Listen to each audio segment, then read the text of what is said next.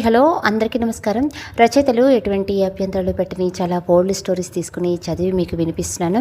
Hi ma'am, మీరు ఈ కథ చదవడానికి ఎటువంటి అభ్యంతరాలు పెట్టినందుకు ముందుగా thank you so much ma'am. ఇక స్టోరీలోకి వెళ్ళిపోతే, హలో మాస్టర్, ఇంకా ఎంతసేపు ఇలా హక్ చేసుకుని ఉంటారు? వదలండి, ఎవరైనా చూస్తే బాగోదు అంది భూమి. ఇక్కడ ఎవరున్నారని చూడటానికి నాకు ఇలానే బాగుంది, ఇంకాసేపు ఇలానే ఉందో. ఇన్ని రోజులు నిన్ను ఎంత మిస్ చేసుకున్నానో ఇప్పుడే అర్థమవుతుంది. ఎందుకో నీకు అసలు దూరంగా ఉండాలని లేదు. ఇప్పుడే వెళ్ళి అమ్మా నాన్నమ్మతో మాట్లాడి మన పెళ్ళికి ముహూర్తం పెట్టిస్తా అన్నాడు వశిష్ఠ. వాళ్ళు ఆల్రెడీ అదే పని మీద ఉన్నారులే, కానీ మీతో నేను ఒక ముఖ్యమైన విషయం మాట్లాడాలి అంది భూమి. ఆల్రెడీ మాట్లాడేసుకున్నాం కదా, ఇంకేం మాట్లాడాలి? మన గురించి కాదు, హనీ గురించి. హనీ గురించా? ఏమైంది హనీకి? అరుణ్ ఏమైనా ఇబ్బంది పెడుతున్నాడా? లేదు వశిష్ఠ, కూల్. ముందు నేను చెప్పేది శ్రద్ధగా వినండి అని అరుణ్తో విడాకులు తీసుకోవాలని హనీ అనుకోవటం గురించి అతనికి చెప్పింది. ఏంటి భూమి నువ్వు చెప్పేది నిజమా? ఇలా విడాకులు తీసుకోవడానికైతే మనం అంత కష్టపడి పెళ్లి చేయటం ఎందుకు? హనీ అరుణ్ని లవ్ చేసింది కదా, తనతో హ్యాపీగానే ఉన్నా అని నాతో చెప్పింది కూడా. ఇంతలోనే ఇంత పెద్ద నిర్ణయం ఎలా తీసుకుంది అన్నాడు వశిష్ఠ. ఆ నిర్ణయం ఎందుకు తీసుకుందో తనకే తెలియాలి. ఎందుకంటే అక్కడ అనుభవించేది హనీ కదా. తన మనసులో ఎంత బాధపడి ఉండకపోతే ఈ నిర్ణయం తీసుకుంటుంది చెప్పు? హనీ అరుణ్ని లవ్ చేసిన మాట నిజమే. హనీ అరుణ్ నుండి ప్రేమను కోరుకుంది, కానీ అతడు తన అవసరం కోసం హనీని వాడుకున్నాడు. ప్రేమ లేని చోట ఏ బంధమైనా ఎలా నిలబడుతుంది? తనకంటే ప్రేమ లేని అరుణ్తో లైఫ్ లాంగ్ ఎలా కాపురం చేస్తుంది? ఒకవేళ పుట్టబోయే బిడ్డ కోసం తనని యాక్సెప్ట్ చేసినా లైఫ్ లాంగ్ తన వ్యక్తిత్వాన్ని చంపుకొని బతకాలి తప్ప ఇంకేం చేయలేదు. నాకైతే హనీ తీసుకున్న నిర్ణయం కరెక్ట్ అనిపిస్తుంది. హనీ ఈ విషయం గురించి నీతో మాట్లాడాలనుకుంటుంది. నువ్వు ఈ లోపలనే ఆలోచించుకుని తనకి నీ ఆన్సర్ చెప్పు అంది భూమి. అరుణ్తో విడాకుల తర్వాత హనీ లైఫ్ ఏంటి? తన లైఫ్ లాంగ్ ఒంటరిగా ఎలా ఉంటుంది అన్నాడు. తన ఒంటరిగా ఎందుకుంటుంది? తనకి మనం ఉన్నాము, తన కడుపులో బిడ్డ ఉంది, తన లైఫ్లో ఖచ్చితంగా మంచి రోజులు వస్తాయి అంది భూమి. ఓకే, అరుణ్కి విడాకులు ఇస్తేనే భూమి హ్యాపీగా ఉంటుందంటే నాకు ఎటువంటి అభ్యంతరం లేదు. ఆ తర్వాత అరుణ్ నా విషయంలో జోక్యం చేసుకుంటే వాడికి నేనేంటో చూపిస్తా అన్నాడు వశిష్ఠ. మంచి మాట చెప్పారు, కానీ మీ చెల్లి మాకు ఆస్తి వద్దు, నాకు విడాకులు ఇవ్వు చాలు అందంట. మరి మీరేమంటారు ఆలోచించుకోండి. ఆ అరుణ్ సంగతి మీరు చూడండి, నేను ఆ మృదులా గారి సంగతి చూస్తా అంది భూమి. ఇప్పుడు మేటర్ ఆస్తి కాదు, అయినా వాళ్ళ సంగతి తర్వాత చూద్దాం. పాప కోసం బట్టలు, బొమ్మలు, ఇంకా ఫ్రూట్స్ అవి తెచ్చాను. టాబ్లెట్స్ అవి టైంకి ఇవ్వు. నువ్వు ఇకపై బయట విషయాలే కాదు, పాపను కూడా చాలా శ్రద్ధగా చూసుకోవాలి అన్నాడు వశిష్ఠ. హలో మిస్టర్, ఏంటి మీకే పెద్ద బాధ్యత ఉన్నట్లు చేస్తున్నారు? మీరు పాపకు తండ్రి అయితే నేను తల్లిని. పాపని ఎలా చూసుకోవాలో నాకు తెలుసు అంది భూమి. అవునా, అయితే ముందు పాప తండ్రిని చూసుకో అన్నాడు వశిష్ఠ మళ్ళీ ఆమెను హక్ చేసుకుంటూ. వామ్మో, ఏంటి మీరు ఇలా తయారయ్యారు? కనపడరు కానీ మీరు చాలా రొమాంటిక్. మీతో నా వల్ల కాదు, నేను వెళ్తున్నా బాబు అని అతనికి అందకుండా అక్కడి నుంచి వెళ్ళిపోయింది భూమి. ఏంటి కోడలి పిల్ల, మేమంతా ఇక్కడుంటే నువ్వు అక్కడేం చేస్తున్నావు అన్నారు అరుణ్ నానమ్మ కాంతమ్మ గారు. అన్నయ్య వాళ్ళు వస్తే చూడటానికి వెళ్ళాను అమ్మమ్మ గారు అంత హనీ. నువ్వు వాళ్ళని చూడవలసిన అవసరం ఏం లేదు, కానీ వచ్చిన మమ్మల్ని చూసుకో చాలు అన్నాడు అరుణ్ తల్లి. మీ అమ్మ మీ నానమ్మ నా కూతురు జీవితాన్ని నాశనం చేశారు. అలాంటి వాళ్ళతో నీకు సంబంధం ఉండటం నాకు ఇష్టం లేదు. అసలు నా వాడు నిన్ను పెళ్లి చేసుకోవడం కూడా మాకు ఇష్టం లేదు, కానీ నా కూతురు మా మాట వినలేదు అన్నారు కాంతమ్మ గారు. అమ్మా, ఇప్పుడు అవన్నీ ఎందుకు అని నువ్వు లోనికి వెళ్ళి రెస్ట్ తీసుకో అన్నారు మృదుల గారు. ఏంటి మృదుల, అమ్మాయి మీద అంత ప్రేమ నీకు? వాళ్ళు నీ విషయంలో చేసింది మర్చిపోయావా? వాళ్ళ వల్లే నువ్వు ఇలా ఒంటరిగా మిగిలిపోయావు అన్నారు కాంతమ్మ గారు. ఆ విషయం నేను ఎప్పుడూ మర్చిపోయానమ్మా. తప్పు చేసింది వాళ్ళు, నా పగ వాళ్ళ మీద, ఇంకా నా కొడుకు స్థానంలో ఉన్న ఆ వశిష్ఠ మీద. నా పగ తీరడం కోసం హనీని వాడుకున్నాను తప్ప తన మీద నాకు ఎలాంటి కోపం లేదు. తను చాలా మంచి అమ్మాయి, తనని ఎవరు ఏమీ అనకండి. ఇక వాళ్ళ సంగతి నేను చూసుకుంటా. మీరు ఎవరు ఆ విషయంలో జోక్యం చేసుకోవద్దు అన్నారు మృదుల గారు. సరే వదిన, నువ్వు అరుణ్ ఏం పడతారో పడండి, మాకు మాత్రం ఇక్కడ చాలా నచ్చింది, ఇక మేము ఇక్కడే ఉండిపోయాం అన్నారు అరుణ్ తల్లి. సరే మీ ఇష్టం, అన్నయ్యని కూడా ఇక్కడే వచ్చామేనండి, అందరం కలిసే ఉందాం అన్నారు మృదుల గారు. వశిష్ఠతో మాట్లాడి లోనికి వచ్చిన భూమిని చూసి, ఏంటల్లరి పిల్ల, మొత్తానికి మా వాడిని దారికి తెచ్చుకున్నాం, ఇక ముహూర్తాలు పెట్టించమంటావా అన్నారు ఇందిరా గారు. భూమి సిగ్గుపడుతూ పోండామమ్మ అంది. అబ్బో, మా మనవరాలు సిగ్గులు మొగ్గయిందే. త్వరలోనే మంచి రోజు చూసి మీ ఇంటికి వెళ్తాం, మీ నాన్నగారికి కూడా ఒక మాట చెప్పు అన్నారు ఇందిరా గారు. అమ్మమ్మ గారు ఇలా చెప్తున్నాను ఏమీ అనుకోకండి, మా పెళ్ళికి కొంచెం టైం ఇవ్వండి, ఎందుకు ఏమిటి అని మాత్రం అడగండి ప్లీజ్, నా కోసం కొన్ని రోజులు ఆగండి అంది భూమి. సరే, ఈ రోజుల్లో పిల్లలు మా మాటలు ఎక్కడ వింటున్నారో, మీరు చెప్పేది మేము వినాలి కదా అన్నారు ఇందిరాగారు. ఆ తర్వాత వశిష్ఠ నార్మల్గానే ఆఫీస్కి వెళ్ళటం జరుగుతుంది. భూమికి మహిమను చూసుకోవటమే సరిపోతుంది. హనీ ఎప్పటికప్పుడు తన విడాకుల గురించి వశిష్ఠతో మాట్లాడదాం అనుకునేది కానీ కుదరట్లేదు. అలా రోజులు గడుస్తూ ఉన్నాయి. ఒకరోజు మహిమ నిద్రపోయాక అసలు వాళ్ళ ఇంట్లో ఉన్న గుంపంతా ఏం చేస్తున్నారో ఒక లుక్ వేద్దాం అని భూమి ఆ ఇంటికి వెళ్ళింది. హాల్లో కూర్చున్న కాంతమ్మ గారు దుర్గమ్మ గారు భూమిని చూసి, ఎవరమ్మాయి నువ్వు అత్తారింటికి వచ్చినట్లు దర్జాగా వస్తున్నావు అన్నారు. మీరు ఎలా అన్నా ఇది నా అత్తారిలే, నేను ఈ ఇంటి వారసుడికి కాబోయే పెళ్ళాన్ని. సూర్యకాంతం గారు చాలా నా వివరాలు ఇంకా ఏమైనా కావాలా అని డైరెక్ట్గా హనీ గదిలోకి వెళ్ళిపోయింది. చూడు దుర్గా, ఆ పిల్లకి ఎంత పొగరో, నన్నే సూర్యకాంతం అంటుంది, ఈ ఇంటి వారసుడికి కాబోయే పెళ్ళం అంటుంది, అంటే ఆ వశిష్ఠకి కాబోయే పెళ్ళం అనుకుంటా అన్నారు కాంతమ్మ గారు. అవునత్తయ్య, అదే అయి ఉంటుంది, అసలు వదిన వాళ్ళని అవుట్ హౌస్లో ఉంచి తప్పు చేసింది అన్నారు దుర్గా. సరే, అదంతా మనకెందుకులే కానీ ఆ హనీని అట్టు తప్పించి మన అరుణ్కి నా పెద్ద కూతుర్ని ఇచ్చి పెళ్లి జరిపించాలి అన్నారు కాంతమ్మ గారు. అదెలా జరుగుతుంది అత్తయ్య, ఆ అమ్మాయికి మృదులా సపోర్ట్ ఉంది కదా అన్నారు దుర్గా గారు. ఉంటే ఉండు నీవు, నా దగ్గర ఒక ఉపాయం ఉంది, అది నీకు తర్వాత చెప్తా అన్నారు కాంతమ్మ గారు. భూమి హనీ గదిలోకి వెళ్ళేసరికి హనీ ఏంటో ఆలోచిస్తూ కూర్చుంది.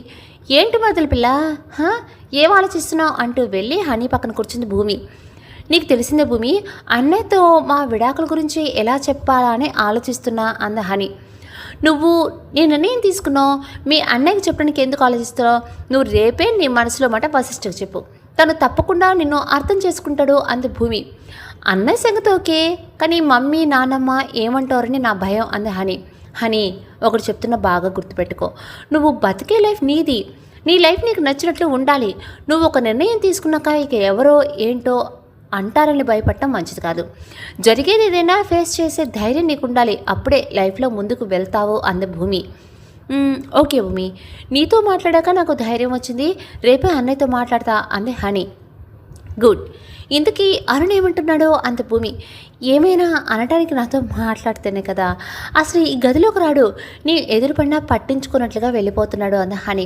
కొంతమంది మనుషులు అంతేలే, లైఫ్లో ముఖ్యమైనది కోల్పోయే వరకు వాళ్ళు కళ్ళు తెరుచుకోలేవు అంది భూమి.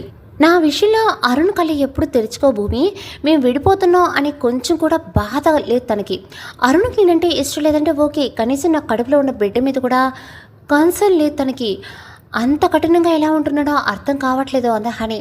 అదే నాకు కూడా అర్థం కావట్లేదు హనీ, ఎంతటి దుర్మార్గులకైనా పుట్టబోయే బిడ్డ మీద మమకారం ఉంటుంది, మరి అరుణ్ ఎందుకు అలా ప్రవర్తిస్తున్నాడో అతని మనసుకే తెలియాలి అంది భూమి. అతన్ని అర్థం చేసుకోవడం చాలా కష్టం భూమి, 2 ఏళ్ళు అతనితో రిలేషన్లో ఉన్నా అతని మనసు తెలుసుకోలేకపోయాను. అతని ప్రేమ అబద్ధమని ఒక్కరోజు కూడా అనిపించలేదు, అందుకే అతని అంత నమ్మాను అంది హనీ. అంత నమ్మావు కాబట్టి నిన్ను తేలిగ్గా మోసం చేశాడు.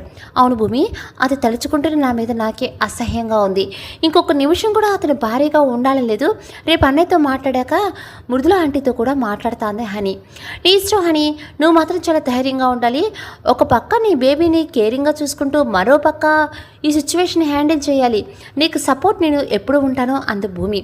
తెలుసు భూమి, అసలు నువ్వు లేకపోయి ఉంటే నేను ఇంత ధైర్యంగా ఉండేదని కాదు, నువ్వు మా లైఫ్లోకి రావటం మా అదృష్టం అంది హనీ. చాలే ఆపు, నేను వెళ్ళొస్తా, నువ్వు నీ పని మీద ఉండు అని భూమిని అక్కడి నుంచి వెళ్ళిపోయింది. తనని ఓరగా చూస్తున్న కాంతమ్మ గారు దుర్గా గారిని చూసి వీళ్ళ మీద ఒక కన్ను వేయాలి అనుకుంది. అత్తయ్య, ఈ పిల్ల ఎందుకు వచ్చింది, హనీతో ఏం మాట్లాడి ఉంటుంది అన్నారు దుర్గా.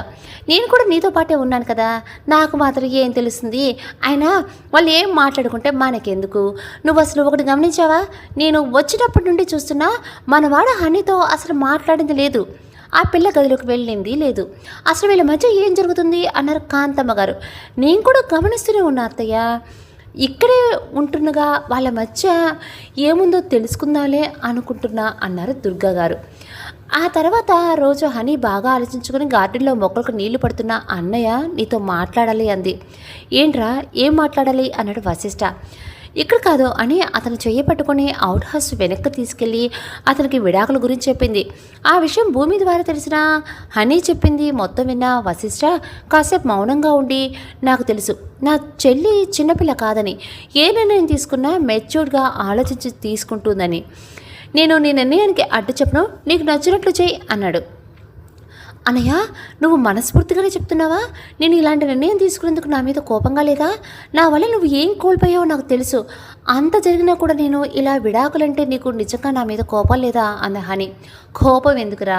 అయినా నా చెల్లి మీద నాకు కోపం ఎందుకుంటుంది చెప్పు? అరుణ్ నిన్ను మోసం చేశాడని తెలిసినా అతని మీద ఉన్న ప్రేమ వల్ల అతను మారుతాడని నమ్మి అతను పెళ్లి చేసుకున్నావు. నేను కూడా అదే అనుకుని మన ఆస్తిని పణంగా పెట్టి నీకు పెళ్లి చేశాను. కానీ అతను మారే అవకాశం లేదని తెలిసాక నువ్వు మాత్రం ఏం చేస్తావు? అందుకే నీ నిర్ణయాన్ని సమర్థించాను అన్నాడు వశిష్ఠ. థ్యాంక్స్ అన్నయ్య, నన్ను ఇలా అర్థం చేసుకున్నందుకు. కానీ అమ్మ వాళ్ళకు నువ్వే చెప్పాలి అంది హని. వాళ్ళు కూడా నిన్ను అర్థం చేసుకుంటారు. నేను మన లాయర్ కాల్ చేసి పిలుస్తాను, మిగిలిన విషయాలు నువ్వే మాట్లాడు. సరే అన్నయ్య, నేను ఇక వెళ్తాను అని వెళ్తూ వెనక్కి వచ్చి తన అన్నని హత్తుకొని, ఐఎమ్ సారీ అన్నయ్య, నా వల్ల నీకు చాలా ప్రాబ్లమ్స్ వచ్చాయి. అయినా సరే నా మీద ఎలాంటి కోపం లేకుండా నువ్వు నన్ను సపోర్ట్ చేస్తున్నావు అంది కన్నీళ్లతో. అని ఏంటిది చిన్నపిల్లలా? నువ్వు నా చెల్లివి. నీకు ఏ ప్రాబ్లం వచ్చినా నీకంటే ముందు దాన్ని ఫేస్ చేసేది నేను. నువ్వు ఎక్కువ ఆలోచించకుండా వెళ్ళి రెస్ట్ తీసుకో అని హనీని అక్కడి నుంచి పంపించాడు. హనీ వెళ్ళిన కాసేపటికి అక్కడ వచ్చిన భూమి, ఏంటి సార్ ఏమంటుంది మీ సిస్టర్ అంది. వదిలిని ఎప్పుడు ఇస్తున్నావు అంటుంది. మరి నీ మెడలో తాళి ఎప్పుడు కట్టమంటావు అన్నట్టు వశిష్ఠ. మాటలు బాగానే నేర్చారు, ఇంతకీ హనీ ఏందో చెప్పండి అంది భూమి. తను నాతో ఏం మాట్లాడి ఉంటుందో నీకు తెలుసు కదా, మళ్ళీ ఎందుకు కొత్తగా అడుగుతున్నావు? తెలుసు, మరి మీరేమన్నారు? నువ్వు అనుకున్నదే, విడాకుల విషయంలో నాకు ఎలాంటి అభ్యంతరం లేదని లాయర్తో మాట్లాడమని చెప్పాను. అమ్మయ్య, ఇప్పుడు హనీ మనసు ప్రశాంతంగా ఉంటుంది. ఆ ఇంట్లో వాళ్ళని కూడా చూస్తే ఒక పని అయిపోతుంది. ఇక లాయర్ సంగతి నేను చూసుకుంటాను, మీకు ఆ శ్రమ లేదు అంది భూమి. అమ్మయ్య, నాకు పని తప్పించావు. కానీ అది సరే, నువ్వు ఇంకా ఎన్ని రోజులు ఇక్కడ ఉంటావు? మొన్నటి వరకు నేను నీ లవ్ యాక్సెప్ట్ చేయట్లేదు కాబట్టి నా వెంట పడ్డావు. ఇకనైనా మీ ఇంటికి వెళ్ళు, పాపం మీ మమ్మీ నీ కోసం ఎదురు చూస్తున్నారు. అసలు నీకు పేరెంట్స్ అంటే రెస్పెక్ట్ ఉందా అసలు అన్నాడు వశిష్ఠ. అదేంటి అంత మాట అనేసారు? నాకు మా అమ్మ నాన్నంటే ప్రాణం తెలుసా. కాకపోతే మీకోసం వాళ్ళకు కొన్నాళ్ళు దూరం అయ్యాక తప్పలేదు. మీరు చెప్పినట్లే వెళ్తాను, కానీ ఇక్కడ తేల్చుకోవాల్సిన లెక్కలు కొన్ని ఉన్నాయి, అవి పూర్తి చేసుకొని అప్పుడు వెళ్తా అంది భూమి. ఆ లెక్కలు నాతోనే కదా అన్నాడు ఆమెకు దగ్గరగా వెళ్తూ. అంత లేదు, నీతోనే అని చెప్పాను నీకు. ఇంతకీ నీకు నేనంటే ఇష్టమని చెప్పారు, కానీ నాకు ఐ లవ్ యూ చెప్పలేదు. ఆ మాట చెప్తారని చాలా రోజుల నుంచి వెయిట్ చేస్తున్నా, ముందు చెప్పండి అంది. ఓ, అమ్మాయి గారికి ఇప్పుడు ఐ లవ్ యూ చెప్పాలన్నమాట. మరి ఐ లవ్ యూ చెప్తే నాకేమిస్తావు అన్నాడు వశిష్ఠ ఆమెను చిలిపిగా చూస్తూ. నేను కూడా మీకు తిరిగి ఐ టు లవ్ యూ చెప్తాను, ఇంకేమిస్తారు అందు భూమి. ఇవ్వాలనుకుంటే ఇవ్వచ్చు, చాలా ఇవ్వచ్చు. అవునా, ఏంటో అది? ఒక మధురమైన ముద్దు, అది ఇస్తానంటే చెప్తా అన్నాడు వశిష్ఠ. ఓహో, అయ్యగారు ఇలా వచ్చారా? నాకేం మీ ఐ లవ్ యూ వద్దులే, మర్చి జేబులో పెట్టుకోండి.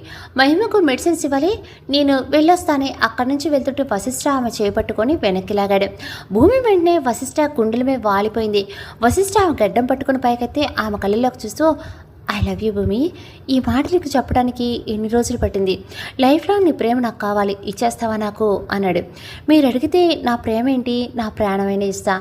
I love you too Vashishta అంది భూమి అతన్ని హత్తుకొని. అలా కాసేపు వాళ్ళు లోకం మర్చిపోయి వాళ్ళకు మాత్రమే సొంతమైన ప్రేమలోకంలో విహరిస్తూ ఉన్నారు. ఇంతలో మహి అక్కడికి వచ్చి చేతులు కట్టుకుని వాళ్ళని ఒకరిని మార్చి ఒకరిని చూస్తూ మమ్మీ డాడీ అంటూ వాళ్ళని పిలిచింది. వాళ్ళు మాత్రం మహిమ మాటలు పట్టించుకోలేదు. ఏమైంది మమ్మీకి డాడీకి, ఎందుకు నా మాటలు వినలేదు అని భూమి చున్నీ పట్టుకొని గట్టిగా లాగింది. ఆ దెబ్బకు భూమి వశిష్ఠ మైకలో నుంచి బయటకు వచ్చి మహిని చూసి వశిష్ఠకు దూరంగా జరిగింది. ఏమైంది అన్నాడు వశిష్ఠ మళ్ళీ ఆమె దగ్గరికి రాబోతూ. అటు చూడు అంటూ కళ్ళతోనే మహిని చూపించింది భూమి. వశిష్ఠ కూడా మహిని చూసి, మహి ఏంట్రా ఇలా వచ్చావు, ఏం కావాలి అన్నాడు పాప ముందు మోకాలపై కూర్చొని. మీకోసం వచ్చా డాడీ, ఇంట్లో చాలా బోరింగ్గా ఉంది, బయటికి వెళ్దామా అంది మహి.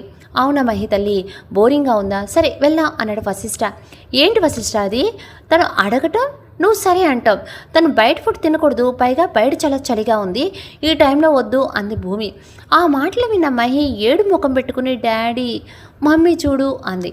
మీ మమ్మీ అలానే అంటుంది, నువ్వు వెళ్ళి స్వెటర్ ఇంకా క్యాప్ పెట్టుకునిరా వెళ్దాం అన్నాడు వశిష్ఠ.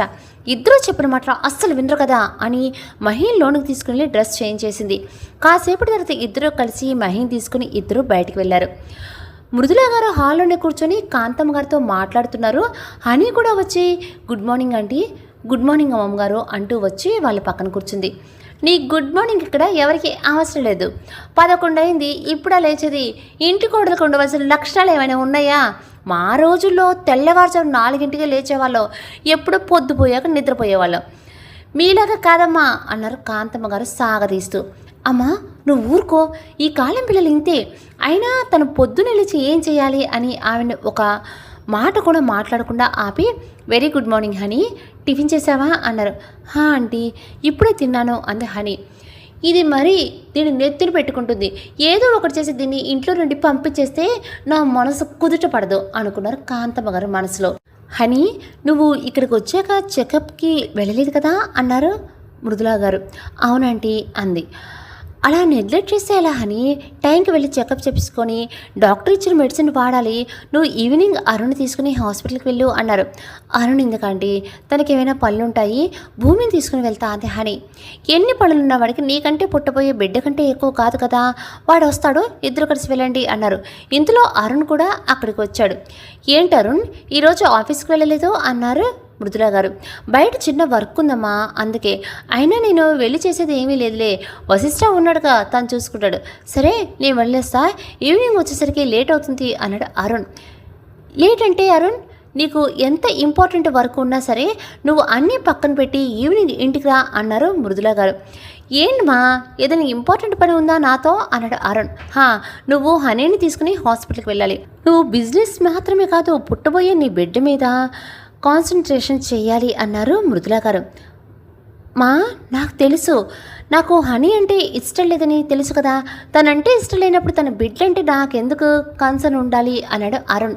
అవే మాట్లారుణ్, నాకు తెలిసి మీ పెళ్ళి ఎలా జరిగింది అని, అప్పుడు మన అవసరం కోసం అలా చేశాము, కానీ ఎంత కాదనుకున్నా హనీ నువ్వు తాళి కట్టిన భార్య, ఆమె కడుపులో ఉన్నది నీ బిడ్డ, మన వంశం, నీ మనసులో ఏమనుకున్నా సరే అది పక్కన పెట్టి హనీతో ప్రేమగా ఉండు, అది మీకు పుట్టబోయే బిడ్డకు కూడా మంచిది అన్నారు మృదుల గారు. ఆవిడ అన్నారో లేదో అరుణ్ సోఫాలో నుండి లేచి స్టాప్ ఇట్ మా, ఇంకొకసారి తన కడుపులో ఉన్న బిడ్డ నా బిడ్డ అనుకో అన్నాడు గట్టిగా. అరుణ్ నోటుండి ఆ మాట వినగానే హనీ కళ్ళల్లో కన్నీళ్ళు లేవు. అసలు అతను అలా అంటాడని ఊహించలేదు. అరుణ్ ఏంట్రా మాటలు, మీ మధ్య ఏదైనా ఉంటే నువ్వు ఇలా అనటం తప్పు అన్నారు మృదుల గారు. మా నేనేమి తప్పు కాలేదు, నేను నిజమే చెప్తున్నా, తన కడుపులో ఉన్న బిడ్డకు నాకు ఎలాంటి సంబంధం లేదులే అని అరుణ్ మాట పూర్తి చేయకముందే అతని చెంప చెల్లుబంది. అరుణ్ ఇంకొక మాట నీ నోటి నుండి వచ్చిందా నేను ఇక్కడే షూట్ చేసి పడేస్తా అన్నాడు వశిష్ఠ అతను కోపంగా చూస్తూ. నువ్వు నన్ను చంపినా సరే నేను చెప్పేది నిజం, నేను అసలు తనతో ఫిజికల్గా కనెక్ట్ అవ్వలేదు, అలాంటప్పుడు నా వల్ల తనకి ప్రెగ్నెన్సీ ఎలా వస్తుంది, ఆ బిడ్డకు తండ్రి ఎవరు, మీ చెల్లిని అడుగు అన్నాడు అరుణ్. అప్పటి వరకు సైలెంట్గా ఉన్న హనీ అరుణ్ కాలర్ పట్టుకొని, అరుణ్ నీకు నా మీద ఎంతైనా కోపం ఉండవచ్చు, అది చూపించే సందర్భం ఇది కాదు, ఎందుకు ఇలా చేస్తున్నావు అరుణ్, ఆ రోజు పార్టీకి వెళ్ళినప్పుడు మన ఇద్దరం ఒకటేయం కదా, మర్చిపోయావా అంది హనీ. నీకను పిచ్చి పట్టిందా, ఆ రోజు నేను నీతో వచ్చింది నిజమే, కానీ ఆ నైట్ నేను నీతో లేను, ఆ రాత్రి నువ్వు ఎవరితోనో ఉన్నావో నీకు తెలియాలి అన్నాడు అరుణ్. అరుణ్ ప్లీజ్ జోక్ చేయకు, మనం ఎలానో విడాకులు తీసుకుపోతున్నావు, ఇంకా ఎందుకు నా మీద ఇలా నిందలు వేస్తున్నావు అంది హనీ.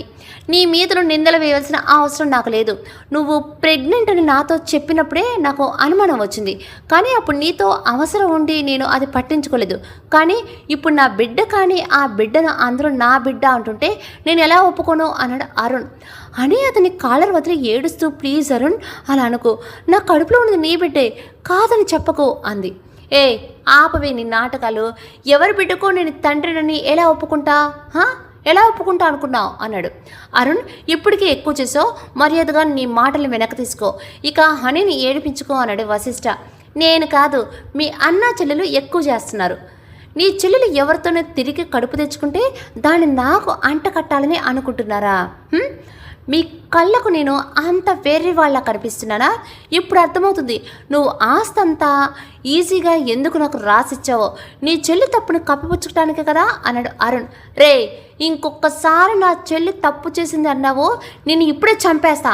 తను చేసిన ఒకే ఒక తప్పు నిన్ను నమ్మటం. తను నిన్ను ఇష్టపడింది కాబట్టే తను నీకోసం నువ్వు చెప్పినట్లు చేసి నీకిచ్చి పెళ్లి చేశాను. నువ్వు ఇలాంటి వెధవని తెలిస్తే నా చెల్లి నేడును కూడా నిన్ను తాకనిచ్చేవాడిని కాదు అన్నాడు వశిష్ఠ. అవును, నేను వెధవనే అని నేను ఒప్పుకుంటాను. ముందు నేను తాకకుండా నీ చెల్లికి కడుపు ఎలా వచ్చిందో చెప్పమని చెప్పు. నీకు అంతగా నా మాట మీద నమ్మకం లేకపోతే హాస్పిటల్కి వెళ్ళి టెస్ట్ చేద్దాం పదా, అప్పుడు ఎవరు నిజం చెప్తున్నారో తెలుస్తుంది అన్నాడు అరుణ్. అరుణ్ మాటలకు హనీ ఏడుస్తూ అక్కడి నుంచి వెళ్ళిపోయింది. వశిష్ఠకి ఏం మాట్లాడాలో అర్థం కాక వెళ్తున్న హనీని చూస్తూ అలానే నిలబడ్డాడు. ఏంటి వశిష్ఠ, మాటలు రావట్లేదా? నన్ను గుర్రుగా చుట్టం మాని వెళ్ళి నీ చెల్లి కడుపులో బిడ్డకు తండ్రి ఎవరో చూడు అన్నాడు అరుణ్. వశిష్ఠకు అరుణ్ మాటలు విని చంపాలి అన్నంత కోపం వచ్చింది, కానీ ఇది అతనితో గొడవపడే సమయం కాదని అక్కడి నుంచి వెళ్ళిపోయాడు. వశిష్ఠ డల్గా రావడం చూసిన భూమి, ఏంటి వశిష్ఠ, ఇప్పుడే కదా ఆఫీస్కి వెళ్ళారు, అప్పుడే వచ్చేసారు అంది. వశిష్ఠ ఏం మాట్లాడకుండా సోఫాలో కూర్చొని అరుణ్ మాటలు తలుచుకొని తల పట్టుకున్నాడు. వశిష్ఠను అలా చూసి ఏదో జరిగిందని భూమికి అర్థమైంది. ఏమైంది వశిష్ఠ, ఎందుకు అలా ఉన్నారు? ఏదైనా ప్రాబ్లమా అంది. అవును భూమి, ఇప్పుడు నా ముందు చాలా పెద్ద సమస్య ఉంది, దాని పరిష్కారం ఏంటో అర్థం కావట్లేదు అన్నాడు. భూమి అతని భుజం మీద చేయి వేసి, సమస్య ఏదైనా సరే అది మనం చూసేదాన్ని బట్టే ఉంటుంది. అది పెద్దదైనా చిన్నదైనా ప్రశాంతంగా ఆలోచించండి, పరిష్కారం తప్పకుండా దొరుకుతుంది. ముందు ఈ సమస్య ఏంటో నాకు చెప్పండి, నాకు చేతనైనంత మీకు హెల్ప్ చేస్తా అంతే భూమి. వశిష్ఠ కొంచెం ఆలోచించి ఆమెను అరుణ్ అన్న మాటలు చెప్పాడు. ఏంటి వశిష్ఠ మీరనేది? అనే కడుపులో బిడ్డకు అరుణ్ తండ్రి కాదంటున్నాడా? ఇదేం ట్విస్ట్ అసలు అంది భూమి. వాడు చెప్పింది విన్నాక నేను కూడా అలాగే షాక్ అయ్యాను, కానీ వాడు చాలా కాన్ఫిడెంట్గా చెప్తున్నాడు. అని మాత్రం అరుణ్ మాటలో అబద్ధం అంటుంది. అసలు ఎవరి మాటలు నమ్మాలో అర్థం కావట్లేదు. నాకు తెలిసి నా చెల్లి ఎలాంటి తప్పు చేయదు, తను ఏడుస్తుంటే చూడటం నా వల్ల కావట్లేదు. ఇప్పుడు ఏం చేయాలి భూమి? నువ్వేదో ఒకటి చేయాలి అన్నాడు వశిష్ఠ. ఇది చాలా సెన్సిటివ్ ఇష్యూ వశిష్ఠ, ఇక్కడ మన పరిస్థితి ఎలా ఉంటే అక్కడ హనీ సిచ్యువేషన్ ఎలా ఉందో ముందు వెళ్ళి తనతో మాట్లాడి వస్తాను, ఆ తర్వాత ఏం చేయాలో ఆలోచిద్దాం అంది. సరే వెళ్ళరా, ఈ టైంలో తను ఒంటరిగా ఉండటం మంచిది కాదు, నువ్వు తనని ఇక్కడ తీసుకునిరా అన్నాడు. ఓకే వశిష్ఠ, నేను చూసుకుంటాను, మీరిక దిగులు పడకండి అంది భూమి. అరుణ్, నిజం చెప్పు, హనీ కడుపులో ఉంది నీ బిడ్డ కాదా అన్నారు మృదుల గారు. అదేంటి వాడు ఇంత చెప్పాక కూడా మళ్ళీ అడుగుతున్నావు అన్నారు కాంతమ్మ గారు. అమ్మా, నువ్వు కాసేపు సైలెంట్గా ఉండు అని ఆవిడతో అని నువ్వు చెప్పు అరుణ్ అన్నారు. అవునమ్మా, నేను చెప్పింది నిజం అన్నాడు అరుణ్. మరి ఈ విషయం నాకు అప్పుడు ఎందుకు చెప్పలేదు? చెప్పుంటే మీ పెళ్లి చేసేదాన్ని కాదు కదా అన్నారు. అప్పుడు మన పగ ముఖ్యం అనుకున్నాను, అందుకే చెప్పలేదు. అయినా అది ఎలా పోతే మనకెందుకు, మన పని జరిగింది, త్వరలోనే దానికి విడాకులు ఇస్తున్నా, అప్పుడిక దాని పీడ మనకు ఉండదు అన్నాడు. అది కాదు అరుణ్, హనీ ఇలాంటి అమ్మాయి కాదు, నువ్వు ఏదైనా పొరపాటు పడుతున్నావేమో గుర్తు చేసుకో అన్నారు మృదుల గారు. లేదమ్మా, నేను ఎలాంటి పొరపాటు పడలేదు, ఇక ఈ టాపిక్ వదిలే అని అరుణ్ అక్కడి నుంచి వెళ్ళిపోయాడు. హనీ మంచమే పడుకొని ఏడుస్తుంది. ఎందుకు అరుణ్ ఇలా నీ మాటలతో నన్ను చంపుతున్నావు? నువ్వు నా మీద చూపించిన ప్రేమ నటన అంటే భరించాను, కానీ నా కడుపులో ఉన్నది మన బిడ్డ, ఎందుకు కాదని చెప్తున్నావు? విడాకులు ఇస్తా అన్నా కూడా నన్ను ఇంకా ఎందుకు సాధిస్తున్నావు అనుకుంది అరుణ్ మాటలు తలుచుకొని. అని ఇప్పుడు ఏడుస్తూ కూర్చుంటే లాభం లేదు, నువ్వు ఇలా ఏడిస్తే అరుణ్ వేసిన నింద నిజమని ఒప్పుకున్నట్లు అవుతుంది. ఇలాంటి టైంలోనే ధైర్యంగా ఉండాలి. అసలు ఆ రోజు ఏం జరిగిందో చెప్పు, అప్పుడే మనం ఏదైనా చేయగలం అంది భూమి. హనీ లేచిన దగ్గర కూర్చొని కళ్ళు తుడుచుకొని భూమికి జరిగింది చెప్పడం స్టార్ట్ చేసింది. కొన్ని నెలల క్రితం. హలో మాస్టర్, ఎక్కడున్నారు? ఈ మధ్య నన్ను పట్టించుకోవటం లేదు అంతే హనీ అరుణ్కి కాల్ చేసి. అదేం లేదు హనీ, మీ అన్నయ్య బిజీగా ఉంటే నేను కూడా బిజీగానే కదా, అందుకే నీతో మాట్లాడటం కుదరలేదు, సారీ బంగారం అన్నాడు అరుణ్. నీ సారీ నాకేం అవసరం లేదు, కానీ రేపు మా ఫ్రెండ్ బర్త్డే పార్టీ ఉంది, నువ్వు కూడా నాతో పాటు రావాలి, రేపు నా ఫ్రెండ్స్ అందరికీ నిన్ను పరిచయం చేస్తా అంది హనీ. నాకు కూడా రావాలనే ఉంది, బట్ రేపు మా అన్నయ్యతో ఢిల్లీ వెళ్ళాలి, నెక్స్ట్ వీక్ వస్తా కదా, అప్పుడు మీట్ అవుదాం అన్నాడు అరుణ్.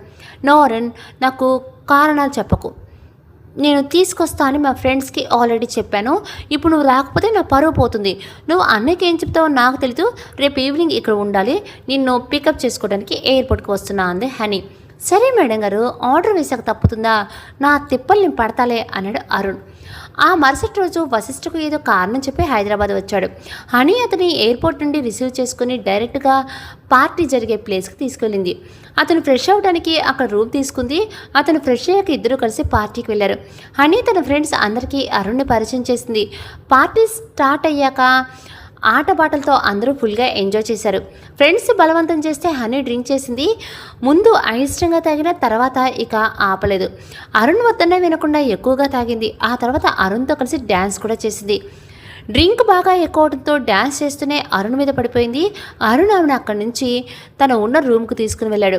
ఆ మరుసటి రోజు హనీ నిద్ర లేచేసరికి తలంతా భారంగా అనిపించింది. మెల్లగా కళ్ళు తెరిచి అది అరుణ్ రూమ్ అని గుర్తొచ్చి, ఇదేంటి నేను నైట్ ఇక్కడే ఉన్నానా అనుకుంటూ ఆమె ఒంటి మీద డ్రెస్ లేకపోవటం గమనించింది.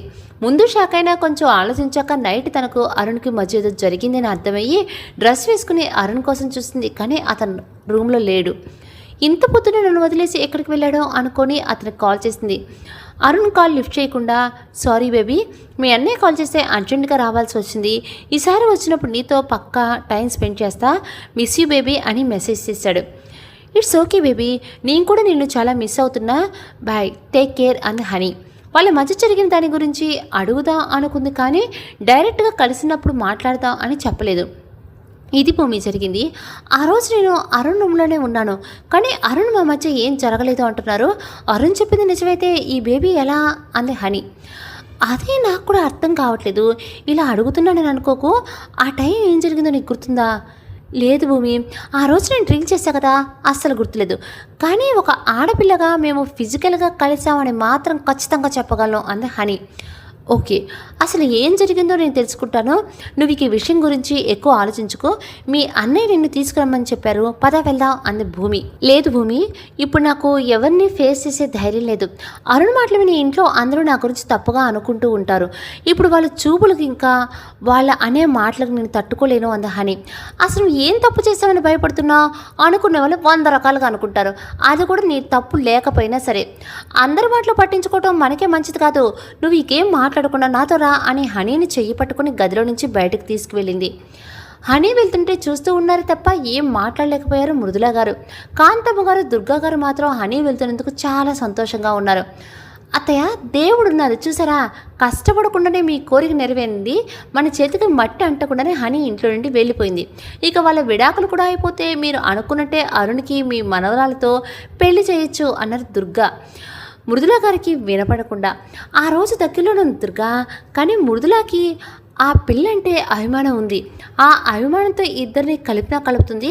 అలా జరగకుండా ఉండాలంటే వాళ్ళ విడాకులు మాత్రమే కాదు, ఆ హనీ ఈ ఇంటి దరిదాపుల్లో కూడా లేకుండా చేయాలి అన్నారు కాంతమ్మ గారు. ఆల్రెడీ వెళ్ళిపోయింది కదా అత్తయ్య, ఇంకా ఎందుకు? అది ఇంట్లో నుండే మాత్రమే వెళ్ళింది, శాశ్వతంగా కాదు. అవుట్ హౌస్లోనే ఉంటుంది కదా.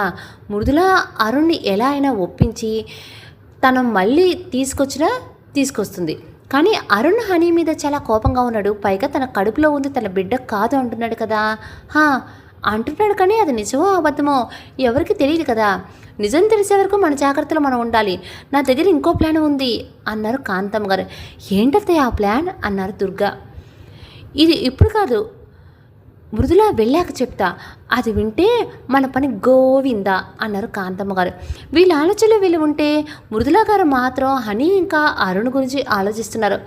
అరుణ్ హనీ కడుపులో బిడ్డకు తండ్రి కాదంటున్నాడు. హనీ అతనే తన బిడ్డకు తండ్రి అంటుంది. అసలు నిజమేంటి? అసలు ఏం జరిగింది? ఇంటికి వచ్చాక అతనితో మరోసారి మాట్లాడాలి, అప్పుడే ఈ ప్రశ్నకు జవాబు దొరుకుతుంది అనుకున్నారు. ఏంటి మృదుల ఆలోచిస్తున్నావు?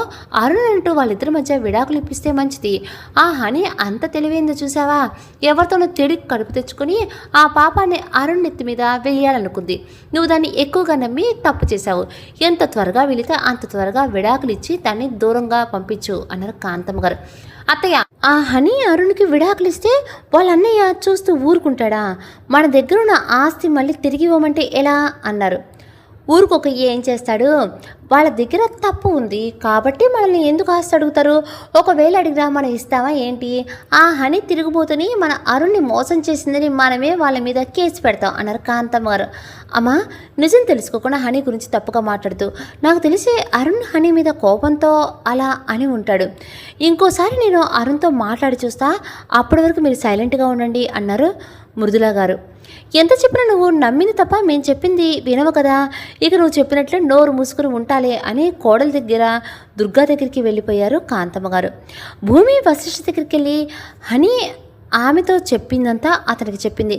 అంతా విన్న వశిష్ఠ హనీ చెప్పిన దాన్ని బట్టి అరుణ్ అబద్ధం చెబుతున్నాడేమో అనిపిస్తుంది, నేను ఇప్పుడే వెళ్ళి వాడి నోటితో నిజం చెప్పిస్తా అన్నాడు వశిష్ఠ ఇది ఆవేశపడే టైం కాదు, ఇప్పుడు మనం ఏ నిర్ణయం తీసుకున్నా ఆలోచించి తీసుకోవాలి అంది భూమి. సరే ఇప్పుడు ఏం చేద్దాం, నువ్వు ఇప్పుడు చెప్పు అన్నాడు వశిష్ఠ. ఇప్పుడు విడాకుల కన్నా ముఖ్యమైన హనీ ఏ తప్పు చేయలేదని నిరూపించాలి, అప్పుడే అరుణ్కి చెంపదెబ్బ కొట్టినట్టు జవాబు ఇవ్వగలం అంది భూమి. సరే నేను ఆ పని మీద ఉంటాను, ఆ రోజు పార్టీ జరిగిన ప్లేస్ చెప్పు అని ఆ 5 స్టార్ హోటల్ అడ్రస్ తీసుకుని బయటికి వెళ్ళాడు. ఆ మరుసటి రోజు సాయంత్రం వశిష్ఠ ఇంటికి వస్తూనే భూమి పక్కకు తీసుకెళ్ళి, భూమి నేను పార్టీ జరిగిన హోటల్కి వెళ్ళి ఆ రోజు సీసీ ఫుటేజ్ చూశాను, అరుణ్ చెప్పినట్లే స్టోర్లో లేని హనీని అతని రూమ్లోని తీసుకెళ్ళి వెంటనే అక్కడి నుంచి వెళ్ళిపోయాడు. ఆ రాత్రి హైదరాబాద్ నుంచి డైరెక్ట్గా బెంగళూరు వచ్చి ఆ తర్వాత రోజు నాతో పాటు ఢిల్లీ వచ్చాడు.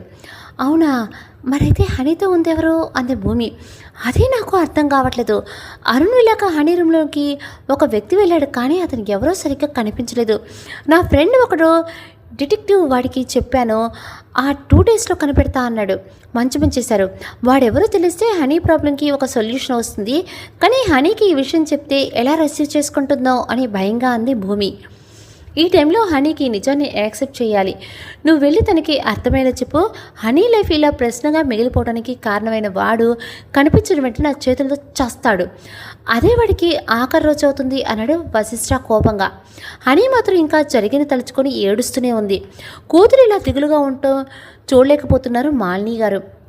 అత్తయ్య, హనీ పద్ధతి చూస్తే చాలా బాధగా ఉంది, తనని ఎలా ఓదార్చాలో కూడా అర్థం కావట్లేదు అన్నారు ఇందిరా గారితో.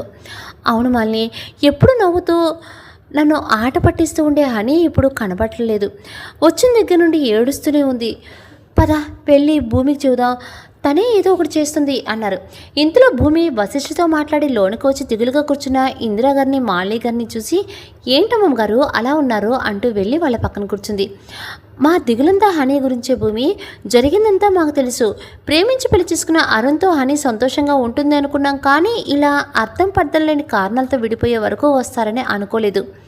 హనీ ఎంత ఇండిపెండెంట్గా పెరిగినా తను ఎప్పుడూ తన హద్దుల్ని దాటిందే లేదు, కానీ ఇలా ఎందుకు జరిగిందో అర్థం కావట్లేదు, తను అలా చూస్తుంటే చాలా బాధగా ఉంది, ఉదయం నుండి ఏం తెలియదు, నువ్వు ఏదో ఒకటి చేసి తను ఎంగిలి పడేలా చేయాలి అన్నారు మాలిని గారు. ఆంటీ, మీరు తన గురించి దిగులు పెట్టుకోకండి, అంతా మేము చూసుకుంటాము, త్వరలోనే హనీ నవ్వుతూ మీ ముందు తిరుగుతుంది అని భూమి కిచెన్లోనికి వెళ్ళి భోజనం తీసుకుని హనీ దగ్గరికి వెళ్ళింది. ఏంటి అత్తా కొడుకు చాలా సీరియస్గా కనిపిస్తున్నారు అంటూ వెళ్ళి వాళ్ళ పక్కన కూర్చుంది భూమి. మమ్మీ, హనీ అత్త వచ్చిన దగ్గర నుంచి ఒకటి ఏడుస్తుంది, ఎందుకంటే చెప్పదు, నాతో సరిగ్గా ఆడను కూడా ఆటలేదు అని హనీ మీద కంప్లైంట్ చేసింది మహి. ఓహో అదా, అత్త కొంచెం కడుపులో నొప్పిగా ఉందంట, అందుకే అలా ఉంది, నువ్వు వెళ్ళి నానమ్మ వాళ్ళతో ఆడుకో, నేను అత్తకి మందిస్తా అని మహిను ఇందిరాగారు వాళ్ళ దగ్గరికి పంపించింది. మహి వెళ్ళాక తలుపులు గడియ పెట్టి వచ్చి, హనీ ఎందుకు ఏడుస్తున్నావు, నువ్వు ఇలా ఏడిస్తే నీ కష్టాలన్నీ పోతాయంటే చెప్పు, నీతో పాటు నేను కూడా కూర్చొని ఏడిస్తే కన్నీళ్ళు మాత్రమే బయటికి పోతాయి, నీ మనసులో ఉన్న బాధ కాదు, అందుకే జరిగిన తలుచుకొని బాధపడటం మానేసి జరగబోయేదేంటో ఆలోచించు. ఇక నా లైఫ్ గురించి ఆలోచించడానికి ఏముంది, అరుణ్ అన్న మాటలు నన్ను నిలువున దహించి వేస్తున్నాయి, నన్ను నేను ఎలా నిరూపించుకోవాలో అర్థం కావటం లేదు అంది హనీ బాధగా. హనీ, ఇప్పుడు నీకు ఒక విషయం చెప్తాను అని వచ్చాను, ఆ రోజు నువ్వు అరుణ్తో లేవని అక్కడ సీసీ ఫుటేజ్ ద్వారా తెలిసింది, అందులో అరుణ్ వెళ్ళాక ఎవరో గదిలోకి వచ్చినట్లు తెలుస్తుంది, కానీ అది ఎవరో అనేది క్లారిటీ లేదు అంది భూమి. అంటే అరుణ్ అన్నట్టు నా కడుపులో బిడ్డకు తండ్రి తను కాదా, అయితే నా ప్రెగ్నెన్సీకి కారణం ఎవరు, అసలు నాకు తెలియకుండా ఆ నైట్ ఏం జరిగింది అంది హనీ. అది తెలుసుకునే ప్రయత్నంలో మీ అన్నయ్య ఉన్నారు, ప్రస్తుతానికి నువ్వు ఎక్కువ ఆలోచించకుండా భోంచేస్తే నిద్రపో అంది భూమి. ఆలోచించకుండా ఎలా ఉంటా భూమి, నా జీవితం ఇక అంతుచిక్కిన ప్రశ్న మారిపోయింది, నాకు తెలిసి ప్రపంచంలో ఏ ఆడపిల్లకి ఇలాంటి సిచ్యువేషన్ ఫేస్ చేసి ఉండదు, రేపు ఈ బిడ్డ పెరిగి పెద్దయ్యాక తండ్రి గురించి ఏం చెప్పాలి, నాకు తెలియదని చెప్తే నా గురించి ఏమనుకుంటుంది, అలాంటి పరిస్థితి వస్తే నేను తట్టుకోగలనా అంది హనీ ఏడుస్తూ.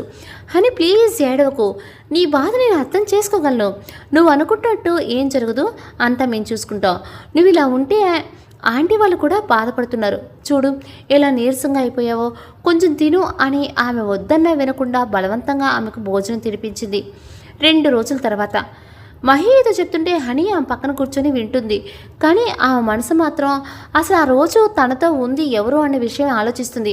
ఇంతలో హనీ ఎలా ఉన్నావు అంటూ పార్థు అక్కడికి వచ్చాడు. పార్థు గారు మీరేంటి ఇక్కడ?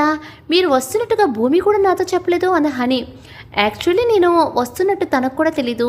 నేను మీకోసమే వచ్చాను, మీతో కొంచెం మాట్లాడాలి, కాసేపు బయటికి వెళ్దామా అన్నాడు. సరే పార్థు గారు, నాకు ఇప్పుడు ఎక్కడికి వెళ్ళాలని లేదు, ప్లీజ్ ఏమనుకోకుండా హనీ. ప్లీజ్ అలా అనకండి, ఇప్పుడు నేను మాట్లాడబోయేది చాలా ముఖ్యమైన విషయం, అది ఇక్కడే మాట్లాడచ్చు, కానీ నీకు వినడానికి నాకు చెప్పడానికి చాలా ఇబ్బందిగా ఉంటుంది, సో ప్లీజ్ నాతో రా అని ఆమెను బయటకు తీసుకెళ్ళాడు. హనీ పార్థుతో బయటికి వెళ్ళడం చూసిన అరుణ్, వీడిక్కడున్నాడేంటి, ఇది వీడితో ఎందుకు వెళ్తుంది అని వాళ్ళని ఫాలో అవుతూ వెళ్ళాడు. పార్థు హనీ ఇద్దరు అంతకుముందు హనీ ఫ్రెండ్ బర్త్డే పార్టీ జరిగిన హోటల్కి వెళ్ళారు. వాళ్ళ వెనకే అరుణ్ కూడా వెళ్ళాడు. ఇద్దరు ఒక టేబుల్ దగ్గర కూర్చున్నాక పార్థు హనీ కోసం జ్యూస్ ఆర్డర్ ఇచ్చాడు. అరుణ్ వాళ్ళ మాటలు వినపడేలా వాళ్ళకు కొంచెం దూరంలోనే కూర్చున్నాడు. చెప్పండి పార్థు, ఏంటో మాట్లాడాలి అన్నారు అంది హనీ. హనీ, నీ విషయంలో నేను తెలియకుండా ఒక తప్పు చేశాను, ఆ తప్పు సరిచేసుకోవడానికి ఇక్కడికి వచ్చాను. ఏంటి పార్థు మీరనేది? మీరు నా విషయంలో తప్పు చేశారా? ఏం మాట్లాడుతున్నారు మీరు అంది హనీ. అవును హనీ, నేను చెప్పేది చిన్న తప్పు కాదు, జీవితంలో సరిదిద్దుకుని తప్పు చేశాను. ఈరోజు నువ్వు ఇలా ఉండడానికి కారణం ఒక రకంగా నేనే, నన్ను క్షమించు అని అడిగే అర్హత కూడా నాకు లేదు అన్నాడు పార్థు. అంటే ఏంటి పార్థు గారు మీరనేది? ఆ నైట్ హోటల్లో నాతో ఉన్నది మీరేనా అందే హనీ అనుమానంగా. అవును హనీ, కొన్ని రోజుల క్రితం మా కొలీగ్ పెళ్లి కోసం నేను మా ఫ్రెండ్స్తో ఇండియా వచ్చాను. ఈ హోటల్లోనే మేము స్టే చేసాం, మేమంతా ఇక్కడే ఉంటున్నాం. వాడు బ్యాచులర్ పార్టీ ఇదే హోటల్లో ప్లాన్ చేశాడు. ఫ్రెండ్స్ బలవంతం మీద నేను కూడా డ్రింక్ చేశాను. డ్రింక్ ఎక్కువ అవటం వల్ల ఇక పార్టీ ఎంజాయ్ చేయలేక రూమ్కి వెళ్ళిపోయాను. కానీ మత్తులో నా రూమ్ అనుకొని నీ రూమ్కి వచ్చేసాను. అది తెల్లవారాకే నాకు తెలిసింది. ఆ రోజు మన మధ్య ఏదైతే జరిగిందో అది అనుకోకుండానే జరిగింది, డ్రింక్ చేసిన మత్తులో జరిగింది.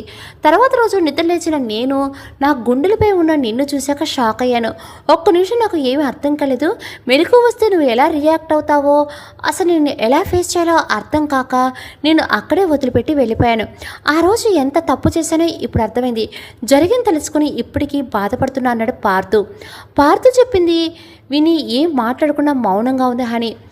అప్పటి వరకు పార్థు మాటలు విన్న అరుణ్ మాత్రం దీన్ని కడుపులో బిడ్డ తండ్రి వీడా అని షాక్ అయ్యాడు. తర్వాత కన్నింగా నవ్వుతూ, ఇక నువ్వు అయిపోయావు హనీ అని అక్కడి నుంచి వెళ్ళిపోయాడు. హనీ, ఏంటి ఏం మాట్లాడావు? నా మీద కోపంగా ఉన్నావా అన్నాడు పార్థు. లేదు పార్థు, నాకు ఎవరి మీద కోపం లేదు, నా మీద నాకే కోపంగా అసహ్యంగా ఉంది. అసలు నేను మనుషుల్లోనే లేనా, ఆట బొమ్మనా తెలియటం లేదు నాకు. ఎవరు ఇష్టం వచ్చినట్టు వాళ్ళు నాతో ఆడుకుంటున్నారు. ఆ వరుణ్ వాళ్ళ అత్త పగ కోసం నన్ను ప్రేమించినట్టు నటించి నన్ను పెళ్లి చేసుకోమని నా లైఫ్తో ఆడుకున్నాడు. ఇక నువ్వు మత్తులో ఒక రాత్రి నాతో గడిపి ఉదయాన్నే నన్ను ఫేస్ చేసే ధైర్యం లేక భయపడి పారిపోయావు. మళ్ళీ ఇన్నాళ్ళ తర్వాత ఇప్పుడు వచ్చి నీ కడుపులో బిడ్డకు తండ్రి నేను అంటున్నావు. నేను మనిషినే అని నాకు కూడా మనసు ఉంటుందని ఆలోచించరా మీరు? ఎందుకు ఇలా నా జీవితంతో ఆడుకున్నారు అంది హనీ ఏడుస్తూ. హనీ ప్లీజ్ ఏడవకు, ఆ రోజు నేను వెళ్ళిపోవడం తప్పే. ఆ తర్వాత చాలా బాధపడ్డాను. నువ్వు లండన్లో నాకు కనిపించినప్పుడు నీకు చెప్దామని అనుకున్నాను, కానీ అప్పటికే నీకు పెళ్ళైంది, నువ్వు ప్రెగ్నెంట్ అని తెలిసాక నేను ఆ విషయం మాట్లాడి నేను ఇబ్బంది పెట్టదలుచుకోలేదు. అరుణ్ వల్ల నీకు ప్రెగ్నెన్సీ వచ్చింది అనుకున్నాను. మొన్న భూమి ఫోన్ చేసి విషయం చెప్పాక నేను ఎంత పొరపాటు చేశానో అర్థమైంది. వెంటనే బయలుదేరి ఇండియా వచ్చేసాను. హో, ఇప్పుడు నువ్వు నా బిడ్డకు తండ్రివి అని చెప్పడానికి వచ్చావా? అంటే భూమి చెప్పకపోతే ఎప్పటికీ ఇక్కడికి వచ్చేవాడు కాదనమాట. పోనీలే, నువ్వు నాకు నిజం చెప్పి మంచి పని చేసావు, లేకపోతే నా బిడ్డకు తండ్రి ఎవరో తెలియక జీవితాంతం తప్పు చేసిన దానిలా మిగిలిపోయేదాన్ని. సరే, నువ్వు వచ్చిన పని అయిపోయింది కదా, ఇక నువ్వు వెళ్ళొచ్చు అని హనీ అక్కడి నుంచి వెళ్ళిపోయింది. పార్థు కూడా వెనకే వెళ్ళి, హనీ ప్లీజ్ నేను చెప్పేది విను, ఒక్క 5 నిమిషాలు నాతో మాట్లాడడానికి ఛాన్స్ ఇవ్వు. ఆ తర్వాత కూడా నీకు నేను చేసిన తప్పు అనిపిస్తే నేను యూఎస్ వెళ్ళిపోతా, లైఫ్లో నీకు నేను కనిపించను అన్నాడు. అని ఒక నిమిషం ఆలోచించి, సరే చెప్పు, ఆ తర్వాత నన్ను లైఫ్లో డిస్టర్బ్ చేయకు అంది. ఓకే హనీ, నేను చెప్పింది విన్నా కూడా నీలో మార్పు రాకపోతే నిన్ను ఎప్పటికీ డిస్టర్బ్ చేయను అని హనీ చేపట్టుకొని అక్కడ ఉన్న బెంచ్పై కూర్చోపెట్టి అతను కూడా ఆ పక్కన కూర్చున్నాడు. చూడు హనీ, నీ కోపంలో అర్థం ఉంది. నేను చేసింది ముమ్మాటికి తప్పే. జరిగింది తెలిసాక నువ్వు నా గురించి ఏమనుకుంటావా అని కూడా నాకు తెలుసు. మనం కొంచెం ప్రాక్టికల్గా ఆలోచిద్దాం అని. ఒకప్పుడు అరుణ్ నేను లవ్ చేశాడా లేదా అన్నది పక్కన పెడితే నువ్వు అతన్ని సిన్సియర్గా లవ్ చేశావు, అది నిజమే కదా అన్నాడు పార్థు. అవును అన్నట్లు తలూపింది హనీ. ఓకే హనీ, ఇక రెండవది, ఆ రోజు మన కలయిక మనం తాగిన మైకులో జరిగింది తప్పు, మళ్ళీ ఎవరూ కావాలని చేసింది కాదు, అది నీకు కూడా తెలుసు కదా అన్నాడు పార్థు. అంతే హనీ. మరి అలాంటప్పుడు ఆ రోజు నేను అక్కడ ఉండి మనం ఒకటయ్యామని నీకు తెలిస్తే నువ్వు ప్రేమించిన అరుణ్ను వదిలేసి నాతో రావు కదా. ఆ రోజు జరిగింది ఒక యాక్సిడెంట్ అనుకుని లైట్ తీసుకున్నావు కదా. నా మీద కంప్లైంట్ ఇవ్వచ్చు, లేదా నన్ను కొట్టో తిట్టో అక్కడి నుంచి వెళ్ళిపోయేదానివి. నన్ను కళలా మర్చిపోయే ప్రయత్నం చేసి అరుణ్తో మూవ్ ఆన్ అయ్యేదానివి తప్ప నాతో రిలేషన్ కంటిన్యూ చేసేదానివి కాదు కదా అన్నాడు పార్థు. హనీ ఏం మాట్లాడకుండా అతను చెప్పింది వింటూ ఉంది. అక్కడ వరకు ఒక పార్ట్ హనీ. ఇక నా గురించి చెప్తా విను. నేను అంతకుముందు చెప్పినట్టే నువ్వు ఎలా రియాక్ట్ అవుతావో అని భయం వేసి నిన్ను వదిలి వెళ్ళిపోయాను తప్ప వేరే ఉద్దేశం నాకు లేదు. ఇక మనం అమెరికాలో మీట్ అయ్యాక నీకు ఆ విషయం గురించి చెబుదాం అనుకున్నా, కానీ నా వల్ల మళ్ళీ నీ లైఫ్లో డిస్టర్బ్ అవ్వడం నాకు ఇష్టం లేక చెప్పలేదు. ఇక నీకు తెలియని విషయం ఏంటంటే నేను నిన్ను లవ్ చేస్తున్నాను హనీ. ఆ మాట వినగానే షాకింగ్గా అతను చూసింది. అవును హనీ, నేను చెప్పేది నిజం. నిన్ను ఎప్పటి నుంచి లవ్ చేస్తున్నానో, నువ్వు ఎప్పుడు నా మనసులో వచ్చేసావో కూడా నాకు తెలీదు. నువ్వు నా ఇంట్లో 1 వీక్ ఉన్నప్పుడు నీకు ఆ విషయం చెబుదామనుకున్నా, కానీ అప్పుడే నువ్వు అరుణ్ చేతిలో మోసపోయి చాలా బాధగా ఉన్నావు.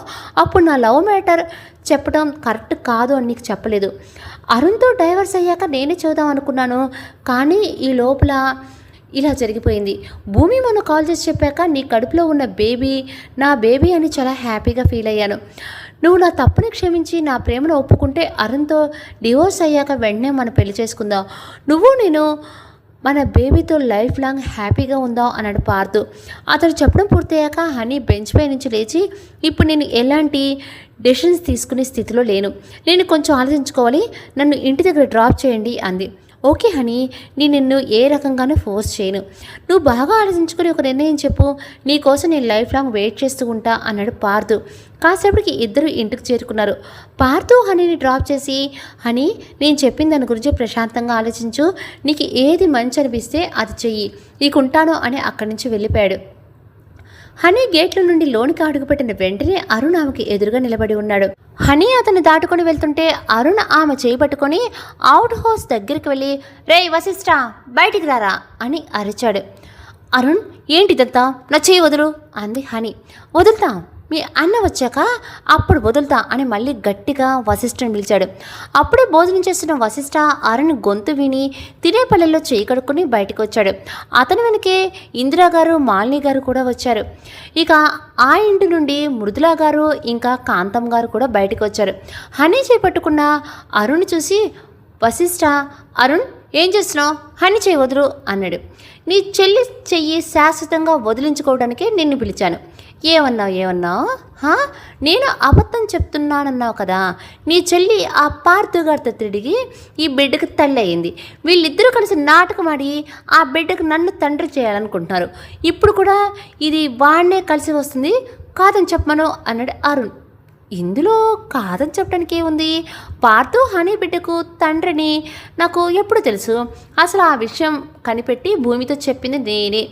జరిగిన దాంట్లో వీళ్ళిద్దరు తప్పు లేదు, ఆ విషయం కూడా నాకు తెలుసు. కానీ నువ్వు ఎక్కువ మాట్లాడకుండా నా చెల్లి చెయ్యి వదులు అన్నాడు వశిష్ఠ. ఏంట్రా, అన్నా చెల్లెలు కలిసి నాటకాలు ఆడుతున్నారా? మేము నీలో నాటకాలు ఆడేవాళ్ళం కాదు. ఆస్తి కోసం ఒక ఆడదాని జీవితం నాశనం చేసి నువ్వు నాతో మాట్లాడుకో, వెంటనే హనీకి విడాకులు ఇవ్వు అన్నాడు వశిష్ఠ. విడాకులు ఇస్తే నీ చెల్లిని ఆ పార్థుగాడిని పెళ్లి చేస్తావా? ఇప్పటి వరకు నీ చెల్లితో ఉండడం నాకు కూడా ఇష్టం లేదు, కానీ ఇప్పుడు నేను దానికి విడాకులు ఇచ్చేస్తే ఇవ్వను అన్నాడు అరుణ్. ఎలా ఇవ్వో నేను కూడా చూస్తా అన్నాడు వశిష్ఠ.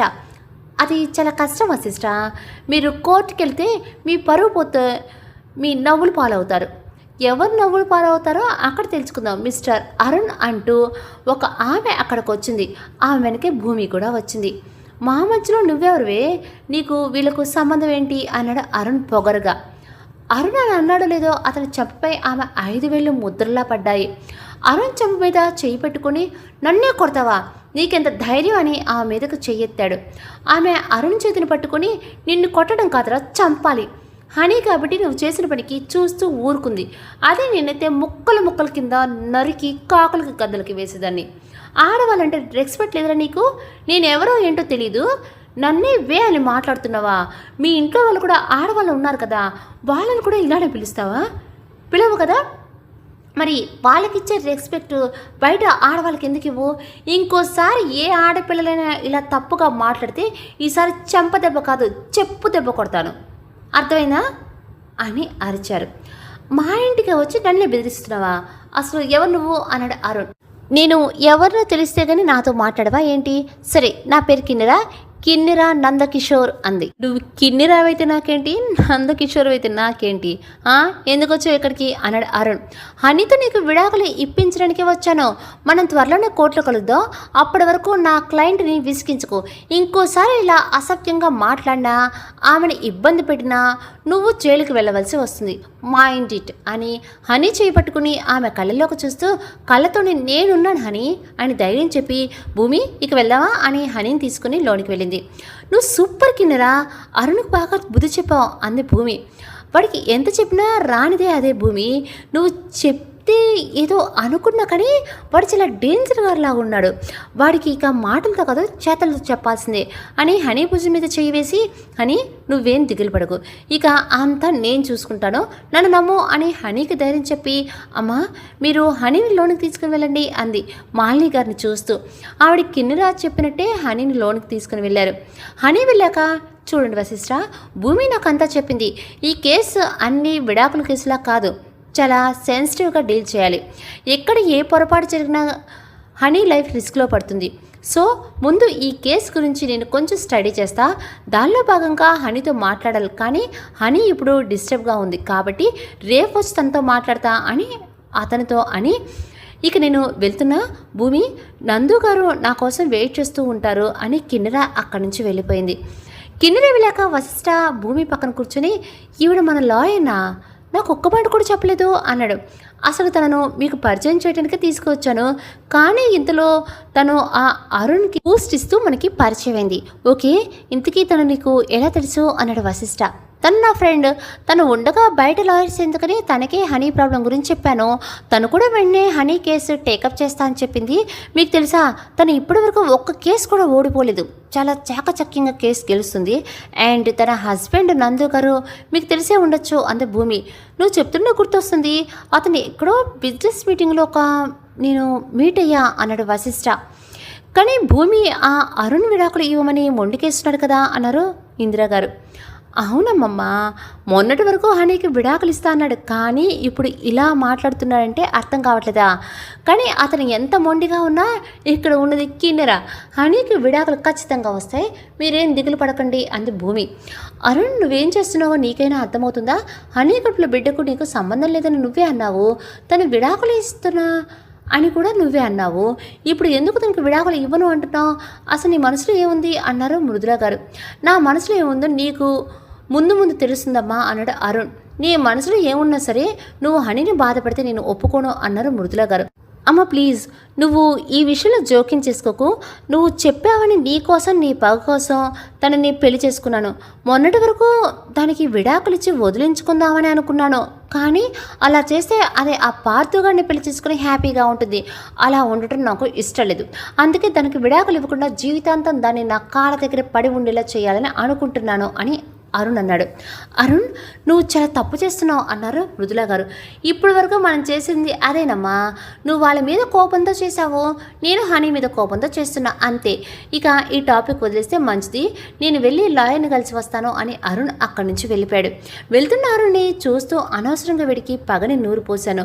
వాడి మనసులో నాటుకుపోయిన విషయం హనీ జీవితాన్ని నాశనం చేస్తుందని ఊహించుకోలేకపోయాను. వీడిని ఎలా మార్చాలి అని తలపట్టుకొని కూర్చున్నారు మృదుల గారు. అప్పటి వరకు చాటుగా ఉన్న మాటలు విన్నారు కాంతమ్మ గారు, దుర్గా గారు. అత్తయ్య, అరుణ్ వెళ్ళిపోయాడు కదా, అలా రండి మీతో మాట్లాడాలి అని ఆమెను పక్కకు తీసుకెళ్ళి అరుణ్ హనీకి విడాకులు ఇవ్వనంటున్నాడు. ఇప్పుడు ఏం చేద్దాం? ఆ కేసు కూడా అయిపోయి హనీ ఇంటికి వస్తే మీరు అనుకున్నది జరగదు కదా అన్నారు దుర్గా. ఇక తన ఇంటికి రాలేదు కదా, వచ్చినప్పుడు చూద్దాంలే అన్నారు కాంతమ్మ గారు. ఏమో అత్తమ్మ, మీరు అంటున్నారు కానీ ఆ పిల్ల ఎవరో బిడ్డను కడుపులో పోస్తూ మన ఇంటికి రావటం నాకు అసలు నచ్చడం లేదు అన్నారు దుర్గా గారు. నాకు మాత్రం నచ్చుతుంది ఏంటి, వాళ్ళు ఇంకా కోర్టు వరకు వెళ్ళలేదు కదా, వెళ్ళినప్పుడు చూద్దాం. ఒకవేళ పరిస్థితి మనకు అనుకూలంగా లేకపోతే ఏం చేయాలో నాకు తెలుసు, నువ్వు ఆలోచించుకొని బుర్ర పాడు చేసుకోకు అన్నారు కాంతమ్మ గారు. హనీ, ఇంకా ఏంటి ఆలోచిస్తున్నావు? ఇక నీ మైండ్లో ఎలాంటి ఆలోచనలు పెట్టుకోకు. ఇంతకుముందు నువ్వు కలిసింది మన లాయ్ కిన్నెరా, తను అంతా చూసుకుంటుంది, ఖచ్చితంగా నీకు విడాకులు ఇప్పిస్తుంది. అవును, ఇంతకీ పార్తో ఏమన్నాడు అంత భూమి? ఏమన్నాడో మీ ఫ్రెండ్ నీతో చెప్పే ఉంటాడు కదా అంతే హనీ. చెప్పాడు, జరిగిందానికి చాలా బాధపడుతున్నాడు, నువ్వంటే ఇష్టం అని కూడా చెప్పాడు. ఒకవేళ నీకు కూడా పార్తో అంటే ఇష్టం ఉంటే విడాకులైన వెంటనే మీ పెళ్లి జరిపించేస్తావు అంది భూమి. ప్లీజ్ భూమి, ఇంకొకసారి పెళ్ళి అన్నమాట నా ముందు తీసుకురావద్దు. మొన్నటి వరకు ఈ బంధం మీద నాకు ఒక మంచి ఒపీనియన్ ఉండేది, కానీ అరుణ్ని పెళ్లి చేసుకున్న తర్వాత నాకు ఆ బంధం అంటే ఉన్న విలువ పోయింది. డివోర్స్ అయ్యాక నేను ఒంటరిగా ఉంటాను తప్ప మరొకరిని పెళ్లి చేసుకుని. ఇక పార్తు గురించి నా దగ్గర మాట్లాడుకో. మొన్నటి వరకు అతను నా ఫ్రెండ్ అనే అనుకున్నాను, అతను అందరిలా కాదు అనుకున్నా, కానీ అతను కూడా అవకాశవాది అని తెలుసుకున్నా అంది హనీ. ఒక మనిషి గురించి వెంటనే ఒక నిర్ణయానికి రావటం మంచిది కాదు హనీ. పార్తు నాకు ఎప్పటి నుండో తెలుసు, అతను నువ్వు అనుకున్న చెడ్డవాడేం కాదు. నాకు తెలిసి ఏ ఆడపిల్ల తప్పుగా చూసింది కానీ మాట్లాడింది కానీ లేదు. పరిస్థితుల ప్రభావం వల్ల అలా చేశాడు తప్ప కావాలని అతను ఏం చేయలేదు. ఇక అతను క్షమించడం క్షమించకపోవడం అనేది నీ ఇష్టం. పార్తు విషయంలో నిన్ను ఎవరు ఫోర్స్ చేయరు. రేపు కిన్నెరా వచ్చి నీతో మాట్లాడుతుంది, నువ్వు ప్రిపేర్డ్గా ఉండు అని భూమి అక్కడి నుంచి వెళ్ళిపోయింది. భూమి, హనీ ఏముంటుంది అన్నాడు పార్దు భూమికి కాల్ చేసి. ఏముందో చెప్తే నువ్వు బాధపడతావు, ఇప్పుడు ఎంత వద్దులే, కానీ నువ్వు ఇండియాలో ఉన్నావా లేక అమెరికా వెళ్ళిపోయావా అంది భూమి. ప్రస్తుతానికి కొన్ని రోజులు ఇక్కడే ఉందాం అనుకుంటున్నాను. చెప్పు భూమి, పర్వాలేదు. హనీ నా గురించి ఏమంది అన్నాడు పార్దు. నిన్ను పెళ్లి చేసుకోవడం ఇష్టం లేదు అంది. నిన్నే కాదు, అసలు పెళ్ళే చేసుకోను అంటుంది. తనని ఎలా కన్విన్స్ చేయాలో కూడా నాకు అర్థం కావట్లేదు. ఇప్పుడు కన్విన్స్ చేసే టైం కూడా కాదు, ఎందుకంటే తను ఇప్పుడు చాలా పెద్ద ప్రాబ్లం ఫేస్ చేస్తుంది. ఆ అరుణ్తో విడాకులయ్యాక కానీ మనం తనతో ఏం మాట్లాడలేము అంది భూమి. నువ్వు చెప్పింది కూడా నిజమే, కానీ నేను హనీకి దూరంగా ఉంటే ఆ దూరం ఇంకా దూరం అయిపోతుంది. ఈ టైంలో నేను హనీకి సపోర్ట్గా ఉంటే బాగుంటుంది అని నాకు అనిపిస్తుంది. అప్పుడు తన కోసం నేను ఉన్నానని తనకు కూడా తెలుస్తుంది కదా. నాకు తెలిసి ఇప్పుడు హనీ ఎవరిని నమ్మే పొజిషన్లో లేదని, కానీ ఇప్పుడు నేను తన నమ్మకాన్ని గెలుచుకోవాలి అన్నట్టు పార్తు. నువ్వు చెప్పింది కూడా నిజమే, నేను ఒకసారి వశిష్ఠతో మాట్లాడి చెప్తాను అంది భూమి. ఓకే భూమి, నాకు ఈ ఒక్క హెల్ప్ చేసి పెట్టు, మిగిలింది నేను చూసుకుంటాను. కొంచెం హనీని జాగ్రత్తగా చూసుకో, తను చాలా డిప్రెషన్లో ఉంది, ఒంటరిగా అస్సలు ఉంచుకో అన్నాడు. హలో హీరో, మా ఆడపడుచుని ఎలా చూసుకోవాలో నాకు తెలుసు, నువ్వు నీ పని చూసుకోవాయ్ అని నవ్వుతూ కాల్ కట్ చేసింది భూమి.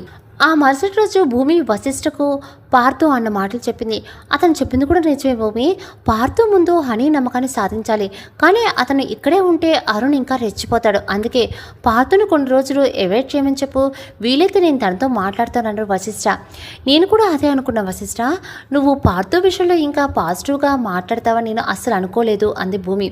ఇందులో అనుకోవడానికి ఏముంది, హనీని కలవడానికి ముందు పార్తు నన్ను కలిసి నాకంతా చెప్పాడు. అతని మాటలో నాకు నిజాయితీ కనిపించింది, అంతకు మించి హనీ మీద తనకు ఉన్న ప్రేమ కనిపించింది. అందుకే అతన్ని హనీతో మాట్లాడటానికి ఒప్పుకున్నాను అన్నాడు వశిష్ఠ. మీరు పార్తును బాగా అర్థం చేసుకున్నారు, మీ చెల్లి ఎప్పటికీ అర్థం చేసుకుంటుందో ఏమో. తను ఇప్పుడు ఎవరిని అర్థం చేసుకునే స్థితిలో లేదని నీకు కూడా తెలుసు కదా. పార్తు హనీ ప్రేమను పొందాలి అంటే కొంచెం ఓపిక పట్టక తప్పదు. అవును, ఇక ఆ సంగతి పక్కన పెడితే హనీతో మాట్లాడటానికి ఈవినింగ్ కిన్నెరా వస్తుంది, వీలైతే నువ్వు ఆఫీస్ నుండి ఎర్లీగా వచ్చే అంది భూమి. ఓకే, నువ్వు హనీని జాగ్రత్తగా చూసుకో, ఏదైనా అవసరమైతే కాల్ చేయి అన్నాడు వశిష్ఠ. సాయంత్రం కిన్నెరా హనీతో మాట్లాడటానికి వచ్చింది. మహిమతో సహా మిగిలిన అందరూ హాల్లో కూర్చున్నారు. హనీ, కిన్నెరా మాత్రమే గదిలో ఉన్నారు. హనీ, ఇప్పుడు నేను నిన్ను కొన్ని ప్రశ్నలు అడుగుతాను, నువ్వు నాకు క్లియర్గా జవాబు చెప్పు అంది కిన్నెరా. హనీ సరే అన్నట్టు తల ఊపింది. గుడ్. అరుణ్ నీకు ఎప్పటి నుండి తెలుసు, ఎలా తెలుసు? 2.5 years నుండి తెలుసు, తను మా అన్నయ్య పిఏ అంది. ఓకే, మరి మీ పరిచయం ప్రేమగా ఎప్పుడు మారింది? 2 years అవుతుంది అంది హనీ. కిన్నెరా హనీ చెప్పినవి నోట్ చేసుకుంటూ ఓకే. ముందు ఎవరు ప్రపోజ్ చేశారు? నువ్వా లేక అరుణా? 2 ఇయర్స్ బ్యాక్ నేను అన్నయ్య కోసం బెంగళూరు వెళ్ళాను. అక్కడ లేట్ నైట్ పబ్కి వెళ్ళి వస్తుంటే కొంతమంది రౌడీలు నన్ను అడ్డుకున్నారు. అప్పుడు అరుణ్ వచ్చి నన్ను కాపాడాడు. అప్పటి నుండి నేను అరుణ్ లవ్ చేస్తున్నా. ముందు నేనే తనకి ప్రపోజ్ చేశా. ముందు అతను మా అన్నయ్యకు భయపడ్డాడు. కానీ అన్నయ్య పెళ్లి విషయంలో నా మాట కాదనడు అని చెప్పాక ఒప్పుకున్నాడు. అయితే తను నిన్ను కాపాడాడు అని నువ్వు తనని ఇష్టపడ్డావు అంతేనా? అంది కిన్నెర. అవును. మరి రిలేషన్లో ఉన్నప్పుడు అతను ఫ్యామిలీ గురించి కానీ అతనికి సంబంధించినవి వేరే ఏదైనా మాట్లాడేవాడా? అంది కిన్నెర. లేదు, నేను కూడా ఎప్పుడూ అడగలేదు. ఇప్పుడు నా విడాకులు మీరు అడిగే ప్రశ్నలకి ఏంటి సంబంధం? భూమి మీకు అంతా చెప్పే ఉంటుంది కదా, మళ్ళీ ఇవన్నీ ఎందుకు అడుగుతున్నారు? అంది హని. భూమి చెప్పలేని విషయాలు తెలుసుకోవడానికి విడాకులంటే కాగితం మీద సంతకాలు పెట్టి విడిపోవటం కాదు. మీ గురించి ప్రతి పాయింట్ నాకు తెలియాలి, అప్పుడే నేను ముందుకు వెళ్ళగలను. సరే, మీరు ఏం అడగాలి అనుకుంటున్నారో అడగండి అంది హని.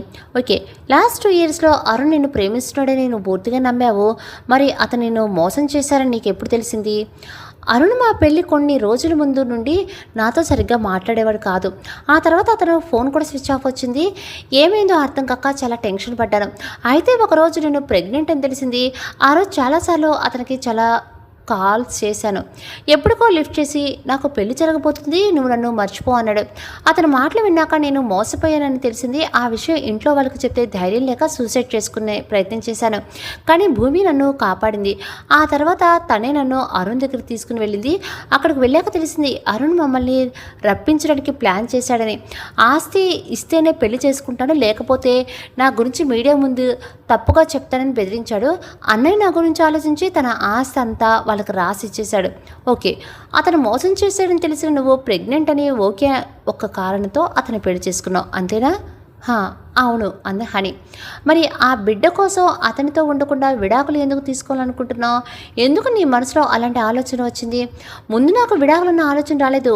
మా పెళ్ళయ్యాక అతను నన్ను భార్యగా చూసిందే లేదు. నా నీడను కూడా ఇష్టపడేవాడు కాదు. తన అవసరం కోసం నన్ను ఒక వస్తువుగా వాడుకున్నాడు. అయినా సరే అతనంటే ఉన్న ఇష్టం వల్ల అతనితోనే జీవితం పంచుకోవాలనుకున్నా, కానీ అతనికి నా మీద ప్రేమ కూడా లేదు అని అతనే పదే పదే చెప్పా కూడా నా సెల్ఫ్ రెస్పెక్ట్ పోగొట్టుకుని అతనితో ఉండటం కరెక్ట్ కాదనిపించింది. అందుకే మేము విడిపోవటానికి మంచిదని అనుకున్నా అంది హని. నీ నిర్ణయం మంచిదే, కానీ ఇప్పుడు అతను నీతో విడాకులు వద్దు అంటున్నాడు. మరి నువ్వేమంటావు? అంది కిన్నెర. నా కడుపులో ఉండి తన బిడ్డ కాదు అని తెలిసి కూడా అతను విడాకులు వద్దు అనేది నా మీద ప్రేమతో కాదు, నన్ను లైఫ్ లాంగ్ తన కాళ్ళ దగ్గర పడి ఉండేలా చేయడానికి అంది హని. అవును, తన ఇంటెన్షన్ అదే, కానీ కోర్టులో రేపు ప్రెగ్నెన్సీ గురించి కూడా అపోజిషన్ లాయర్ అడగవచ్చు. నువ్వు కొంచెం ప్రిపేర్డ్గా ఉండు. ఇప్పటివరకు ఇచ్చిన ఇన్ఫర్మేషన్ చాలు, ఇక మిగిలిన విషయాలు నేను చూసుకుంటా. రేపే అరుణ్కు నోటీస్ పంపిస్తా అంది కిన్నెర. ఓకే కిన్నెర గారు, ఎంత త్వరగా వెళితే అంత త్వరగా ఈ బంధం నుండి విడుదల వచ్చేలా చేయండి అంది హని. నేను అందుకే కదా ఉన్నాను, నువ్వు దిగులు పడకు, ఇక రెస్ట్ తీసుకో అని అక్కడి నుండి భూమి దగ్గరికి వెళ్ళి తనతో మాట్లాడి వెళ్ళిపోయింది కిన్నెర. ఆ మరుసటి రోజు కిన్నెర అరుణ్కి నోటీస్ పంపించింది. ఆ లెటర్ అందుకున్న అరుణ్ వెంటనే తన లాయర్ని కలిసి విడాకులు ఇవ్వడం కుదరదని తిరిగి హనీకి నోటీస్ పంపించాడు. వాళ్ళు కేసు కోర్టులో సబ్మిట్ చేశారు. కిన్నెర భూమికి ఫోన్ చేసి 2 రోజుల్లో కేసు కోర్టుకు వెళ్తుంది అని హనీని రెడీగా ఉండమని చెప్పింది. అరుణ్ కూడా వాళ్ళ లాయర్ అదే చెప్పాడు. అరుణ్ తన లాయర్ ఫోన్లో మాట్లాడుకుంటే విన్న మృదులా గారు అరుణ్ని నీ నిర్ణయం మారదాయిక అన్నారు. లేదమ్మా, నువ్వు ఏం చెప్పినా నేను వింటాను, ఈ ఒక్క విషయంలో తప్ప అన్నాడు. మృదులా గారు ఇక చేసేది లేక పోనీ హనీతో అయినా మాట్లాడదామని ఆమె దగ్గరికి వెళ్ళారు. ఏంటి మృదులా ఇలా వచ్చావు? హనీ ఇంకా బతుకుందో లేదో చూడటానికి వచ్చావా? నీ పగ నెరవేరింది కదా, ఇక కళ్ళు ఇంకా చల్లబడలేదా? ఇంకా ఏం కావాలి ఇక్కడికి వచ్చావు అన్నారు మాలిని గారు. మాలిని, నా కోపం పగ మీ మీద, హనీ మీద కాదు. నేను తనతో మాట్లాడటానికి వచ్చాను అని హనీ దగ్గరికి వెళ్ళారు. గదిలో కిటికీల నుంచి బయటకు చూస్తూ ఏదో ఆలోచిస్తున్న హనీని చూసి మృదులా గారి మనసు చాలా బాధపడింది. ఆమెకు దగ్గరగా వెళ్ళి ఆ భుజంపై చెయ్యి వేసి, హనీ ఏంట్రా అలా అయిపోయావు? ఎలా ఉండేదానివి ఎలా అయిపోయావు అన్నారు. ఇంకా బతికే ఉన్నందుకు సంతోషించండి ఆంటీ అంది హనీ. అలా అనుకో హనీ, ఈ కోర్టులు కేసులు వద్దు, నువ్వు మన ఇంటికి వచ్చి అరుణ్ వల్ల ఇక నీకు ఎలాంటి ఇబ్బంది లేకుండా నేను చూసుకుంటాను అన్నారు. ఓకే ఆంటీ, మీరు చెప్పినట్టే వస్తాను, కానీ నాకు ఒక ప్రశ్నకు జవాబు ఇస్తారా అంది హని. ఏంటమ్మా అడుగు అన్నారు మృదుల గారు. మీరు అన్నట్లు నేను విడాకులు వద్దని అక్కడికి వచ్చాక అరుణ్ ఈ బిడ్డను తన బిడ్డగా ఒప్పుకొని తనతో ప్రేమగా ఉంటాను మీరు నాకు గ్యారంటీ ఇవ్వగలరా? ఇక్కడ ముఖ్యంగా నాకు కావాల్సింది అరుణ్ ప్రేమ.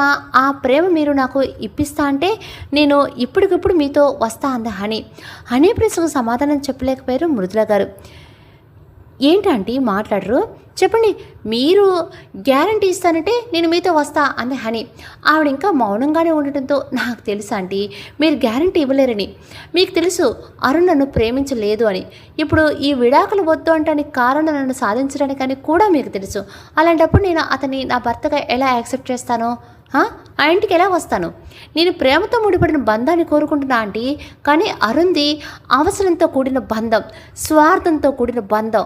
అలాంటి బంధం నాకు ఎప్పటికీ వద్దు. ప్లీజ్ ఆంటీ నన్ను వదిలేయండి అంది హని. హని మాటలు న్యాయం ఉండడంతో మృదుల గారు ఒక హనీని ఇబ్బంది పెట్టాలని అనుకోలేదు. హని తల నిమురుతూ నన్ను క్షమించు తల్లి, అసలు ఇదంతా నా వల్లే. నిజం చెప్పాలంటే నిన్ను క్షమించమని అడిగే అర్హత కూడా నాకు లేదు. నువ్వు సంతోషంగా ఉండాలని ఆ దేవుని కోరుకోవడం తప్ప ఇంకేం చేయలేకపోతున్నాను అని అక్కడి నుంచి వెళ్ళిపోయారు. హనీతో మాట్లాడి వచ్చిన మృదుల గారిని గుమ్మం దగ్గరే ఆపాడు అరుణ్. మా నువ్వు దాని దగ్గరికి ఎందుకు వెళ్ళావు అన్నాడు నిలదీస్తున్నట్లు. నువ్వు ఎలానో నా మాట వింటలేదు, తనైనా వింటుందేమో అని వెళ్ళాను అన్నారు మృదుల గారు. మరి ఆవిడ గారు నీ మాట విందా అన్నాడు. నా మాట తను వినటం కాదు, తను చెప్పింది విన్నాక మొదటిసారి నీ మీద నిన్ను పెంచిన నా పెంపకం మీద అసహ్యం వేసింది. అమ్మా ఎందుకు తన మాటలు విని ఇలా మాట్లాడుతున్నావు? అసలు వాళ్ళ కుటుంబాన్ని నాశనం చేయాలని అన్న నువ్వేనా ఇలా మాట్లాడేది అన్నాడు అరుణ్. అవును అరుణ్, నేనే. ఒకప్పుడు వాళ్ళు నా బిడ్డను చంపి నా జీవితాన్ని నాశనం చేశారు. అందుకే ఆ కుటుంబాన్ని నాశనం చేయడమే నా లక్ష్యంగా పెట్టుకున్నాను. అది నీ ద్వారా నెరవేర్చుకున్న మన అవసరం కోసం హనీని వాడుకున్న మాట నిజమే, కానీ తనను మోసం చేయాలని మాత్రం అనుకోలేదు. తనని నీ భారీగానే అనుకున్నాను. అందుకే మీ మధ్య ఉన్న బంధం నిలపాలి అనుకున్నాను అన్నారు మృదుల గారు. మా నువ్వు అనుకున్నట్టే మా బంధం నిలబడుతుంది, కానీ నువ్వు అనుకునేలా కాదు. ఇంకెప్పుడు దాంతో మాట్లాడడానికి ట్రై చేయకు. విడాకులు అవ్వగానే మేము వేరే ఇంటికి వెళ్ళిపోతాను, ఇది మాత్రం గుర్తుపెట్టుకో అని ఇక ఆవిడ చెప్పేది వినకుండా తన గదికి వెళ్ళిపోయాడు. ఏంటంటే అరుణిచ్చిన సమాధానానికి షాక్ అయ్యారా? మీరు పాలు పోసి పెంచిన పాము మీ మాట వినటం లేదని బాధపడుతున్నారా అంటూ అక్కడికి వచ్చింది భూమి. నేను మా విషయాల్లో నిన్ను జోక్యం చేసుకోవద్దని నీకు ఎన్నిసార్లు చెప్పాను, మళ్ళీ ఎందుకు వచ్చావు ఇక్కడికి అన్నారు కోపంగా. ఎందుకంటే కోపం ముసుగులో మీ మంచితనాన్ని దాచిపెడుతున్నారు. మీరు ఎవరో చెప్పిన మాటలు విని ఎంత తప్పు చేశారో మీకు తెలియజేయడానికి ఇక్కడికి వచ్చాను అంది భూమి. నా తప్పులు ఎత్తి చూస్తే వయసు అనుభవం నీకు లేదు. నాకు జరిగిన అన్యాయానికి న్యాయం చేయాలనుకున్నాను, కానీ నేను ఏ తప్పు చేయలేదు అన్నారు మృదుల గారు. మీకు అన్యాయం జరిగిందని మీరు పొరపాటు పడుతున్నారు. నిజంగా ఆ ఇంట్లో ఎవరూ మీకు అన్యాయం చేయలేదు. కావాలంటే ఇది చూడండి అని ఆవిడికి తన ఫోన్లో ఉన్న ఒక వీడియో చూపించింది. అత్తయ్య, అరుణ్ చెప్పింది విన్నారు కదా, తను అమ్మాయిని ఇక్కడికి తీసుకువస్తే మీరు అనుకున్నట్లుగా అరుణ్కి మరో పెళ్లి చేయడం కుదరదు కదా, ఇప్పుడేం చేద్దాం అన్నారు దుర్గా గారు. అది ఈ ఇంట్లోకి వచ్చిన మరుక్షణం దాన్ని కడుపులో ఉన్న బిడ్డని చంపేద్దాం అన్నారు కాంతమ్మ.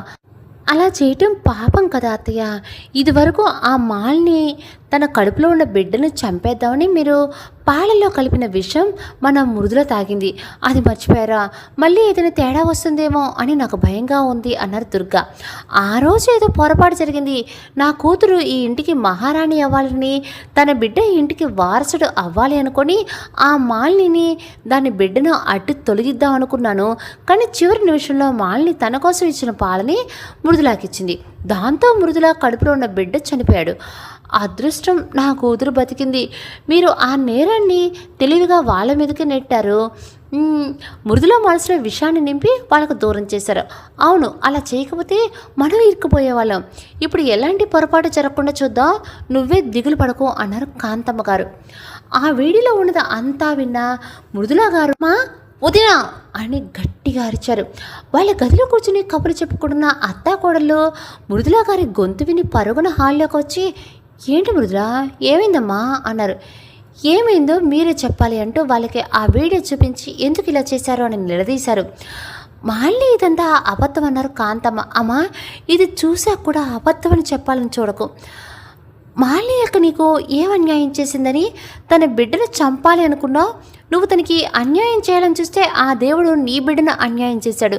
నీ వల్ల నా భర్త ప్రేమకు, అక్క అత్తయ్య ప్రేమకు దూరం అయ్యాను. నాలో ఊపిరి పోసుకున్న నా బిడ్డలకు దూరం అయ్యాను. ఇన్నేళ్ళు వాళ్ళ మీద పగ పెంచుకొని మనశ్శాంతి లేకుండా బతికాను. గుడ్డిగా నీ మాటలు నమ్మి ఎంత తప్పు చేశానో ఇప్పుడు అర్థమైంది. మీ వల్ల నా జీవితం మాత్రమే కాదు, అరుణ్ జీవితం కూడా నాశనమైంది అన్నారు కోపంగా. నువ్వు మహారాణిలో ఉండాలి ఇదంతా చేశాను తప్ప ఇలా జరుగుతుందని అనుకోలేదు, నన్ను క్షమించు అన్నారు కాంతమ్మ. నీ కూతురు బాగు కోసం మరొకరికి అన్యాయం చేయాలనుకోవటమే ఎంతవరకు కరెక్ట్ అమ్మా? నువ్వు చేసిన పనికి ఇంతమంది బాధపడుతున్నాము. ఇప్పుడు నువ్వు క్షమాపణ చెప్పినంత మాత్రాన జరిగింది ఏది మారదు కదమ్మా. నా బిడ్డ నాకు తిరిగి రాడు, నా భర్త ప్రేమ నాకు తిరిగి రాదు. ఇకనైనా మంచిగా బతకడం నేర్చుకోండి. అనే విషయంలో ఏదైనా పొరపాటు జరిగితే తల్లి వెనుక చూడను అని అక్కడి నుంచి అవుట్ హౌస్కి వెళ్ళారు. మృదుల గారు మళ్ళీ ఎందుకు వచ్చారో అర్థం కాక ఒకరి ముఖాలు ఒకరు చూసుకున్నారు ఇందిరా గారు, మాలిని గారు. మృదుల గారు ఇందిరా గారు కాళ్ళపై పడి, అత్తయ్య ఇన్ని రోజులు మిమ్మల్ని అపార్థం చేసుకున్నందుకు నన్ను క్షమించండి. మీ విషయంలో చెయ్యరని తప్పు నేను చేశాను అని కన్నీళ్లు పెట్టుకున్నారు. మృదుల ఏంటిది లే, ఏ కారణంగా ఇలా చేసావో మేము అర్థం చేసుకోగలం. నీ తప్పు నువ్వు తెలుసుకున్నావు, మాకు అదే చాలు. మా ఇంటి కోడలుగా నీ విలువ ఎప్పుడు తగ్గదు. నువ్వు మమ్మల్ని దూరం చేసుకున్నా నువ్వు ఎప్పుడూ మా మనిషివే అనుకున్నావు. ఇంకెప్పుడు ఇలా కన్నీళ్ళు పెట్టుకోకు అన్నారు ఇందిరా గారు. మృదుల గారు ఆవిడ్ని హత్తుకొని, మీ మంచితనం తెలుసు కూడా మిమ్మల్ని అర్థం చేసుకోలేకపోయాను, మీలాంటి మంచి వాళ్ళని కష్టపెట్టాను అన్నారు.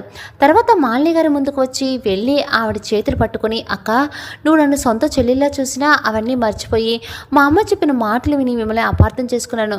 అర్థం పర్థలేని పగతో పిల్లల జీవితాలు కూడా పణంగా పెట్టాను. ఇప్పుడే మీ దగ్గర నుండి తీసుకున్న ఆస్తి మళ్ళీ వశిష్ఠ పేరు మీద రాసిచ్చేస్తాను అన్నారు. నువ్వు మారేవు, మాకు అదే చాలు. ఇప్పుడు ఆస్తి ఎవరి పేరు మీద ఉంటే ఏమవుతుంది, మనమంతా ఒకటే కదా అన్నారు మాలిని గారు. నీ మంచిని నీతో మాట్లాడించినా ఆ భారాన్ని మోయలేను అన్నారు మృదుల గారు. మృదుల గారిలో మార్పు రావడం చూసిన హనీ, భూమి, వశిష్ఠ చాలా హ్యాపీ ఫీల్ అయ్యారు.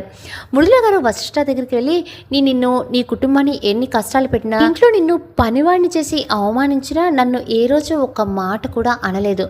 అందరికంటే ఎక్కువగా నేను నిన్ను బాధ పెట్టాను, నన్ను క్షమించునాన్నా అన్నారు. అమ్మా మీరు నన్ను క్షమించడం అని అడగటం ఏంటి?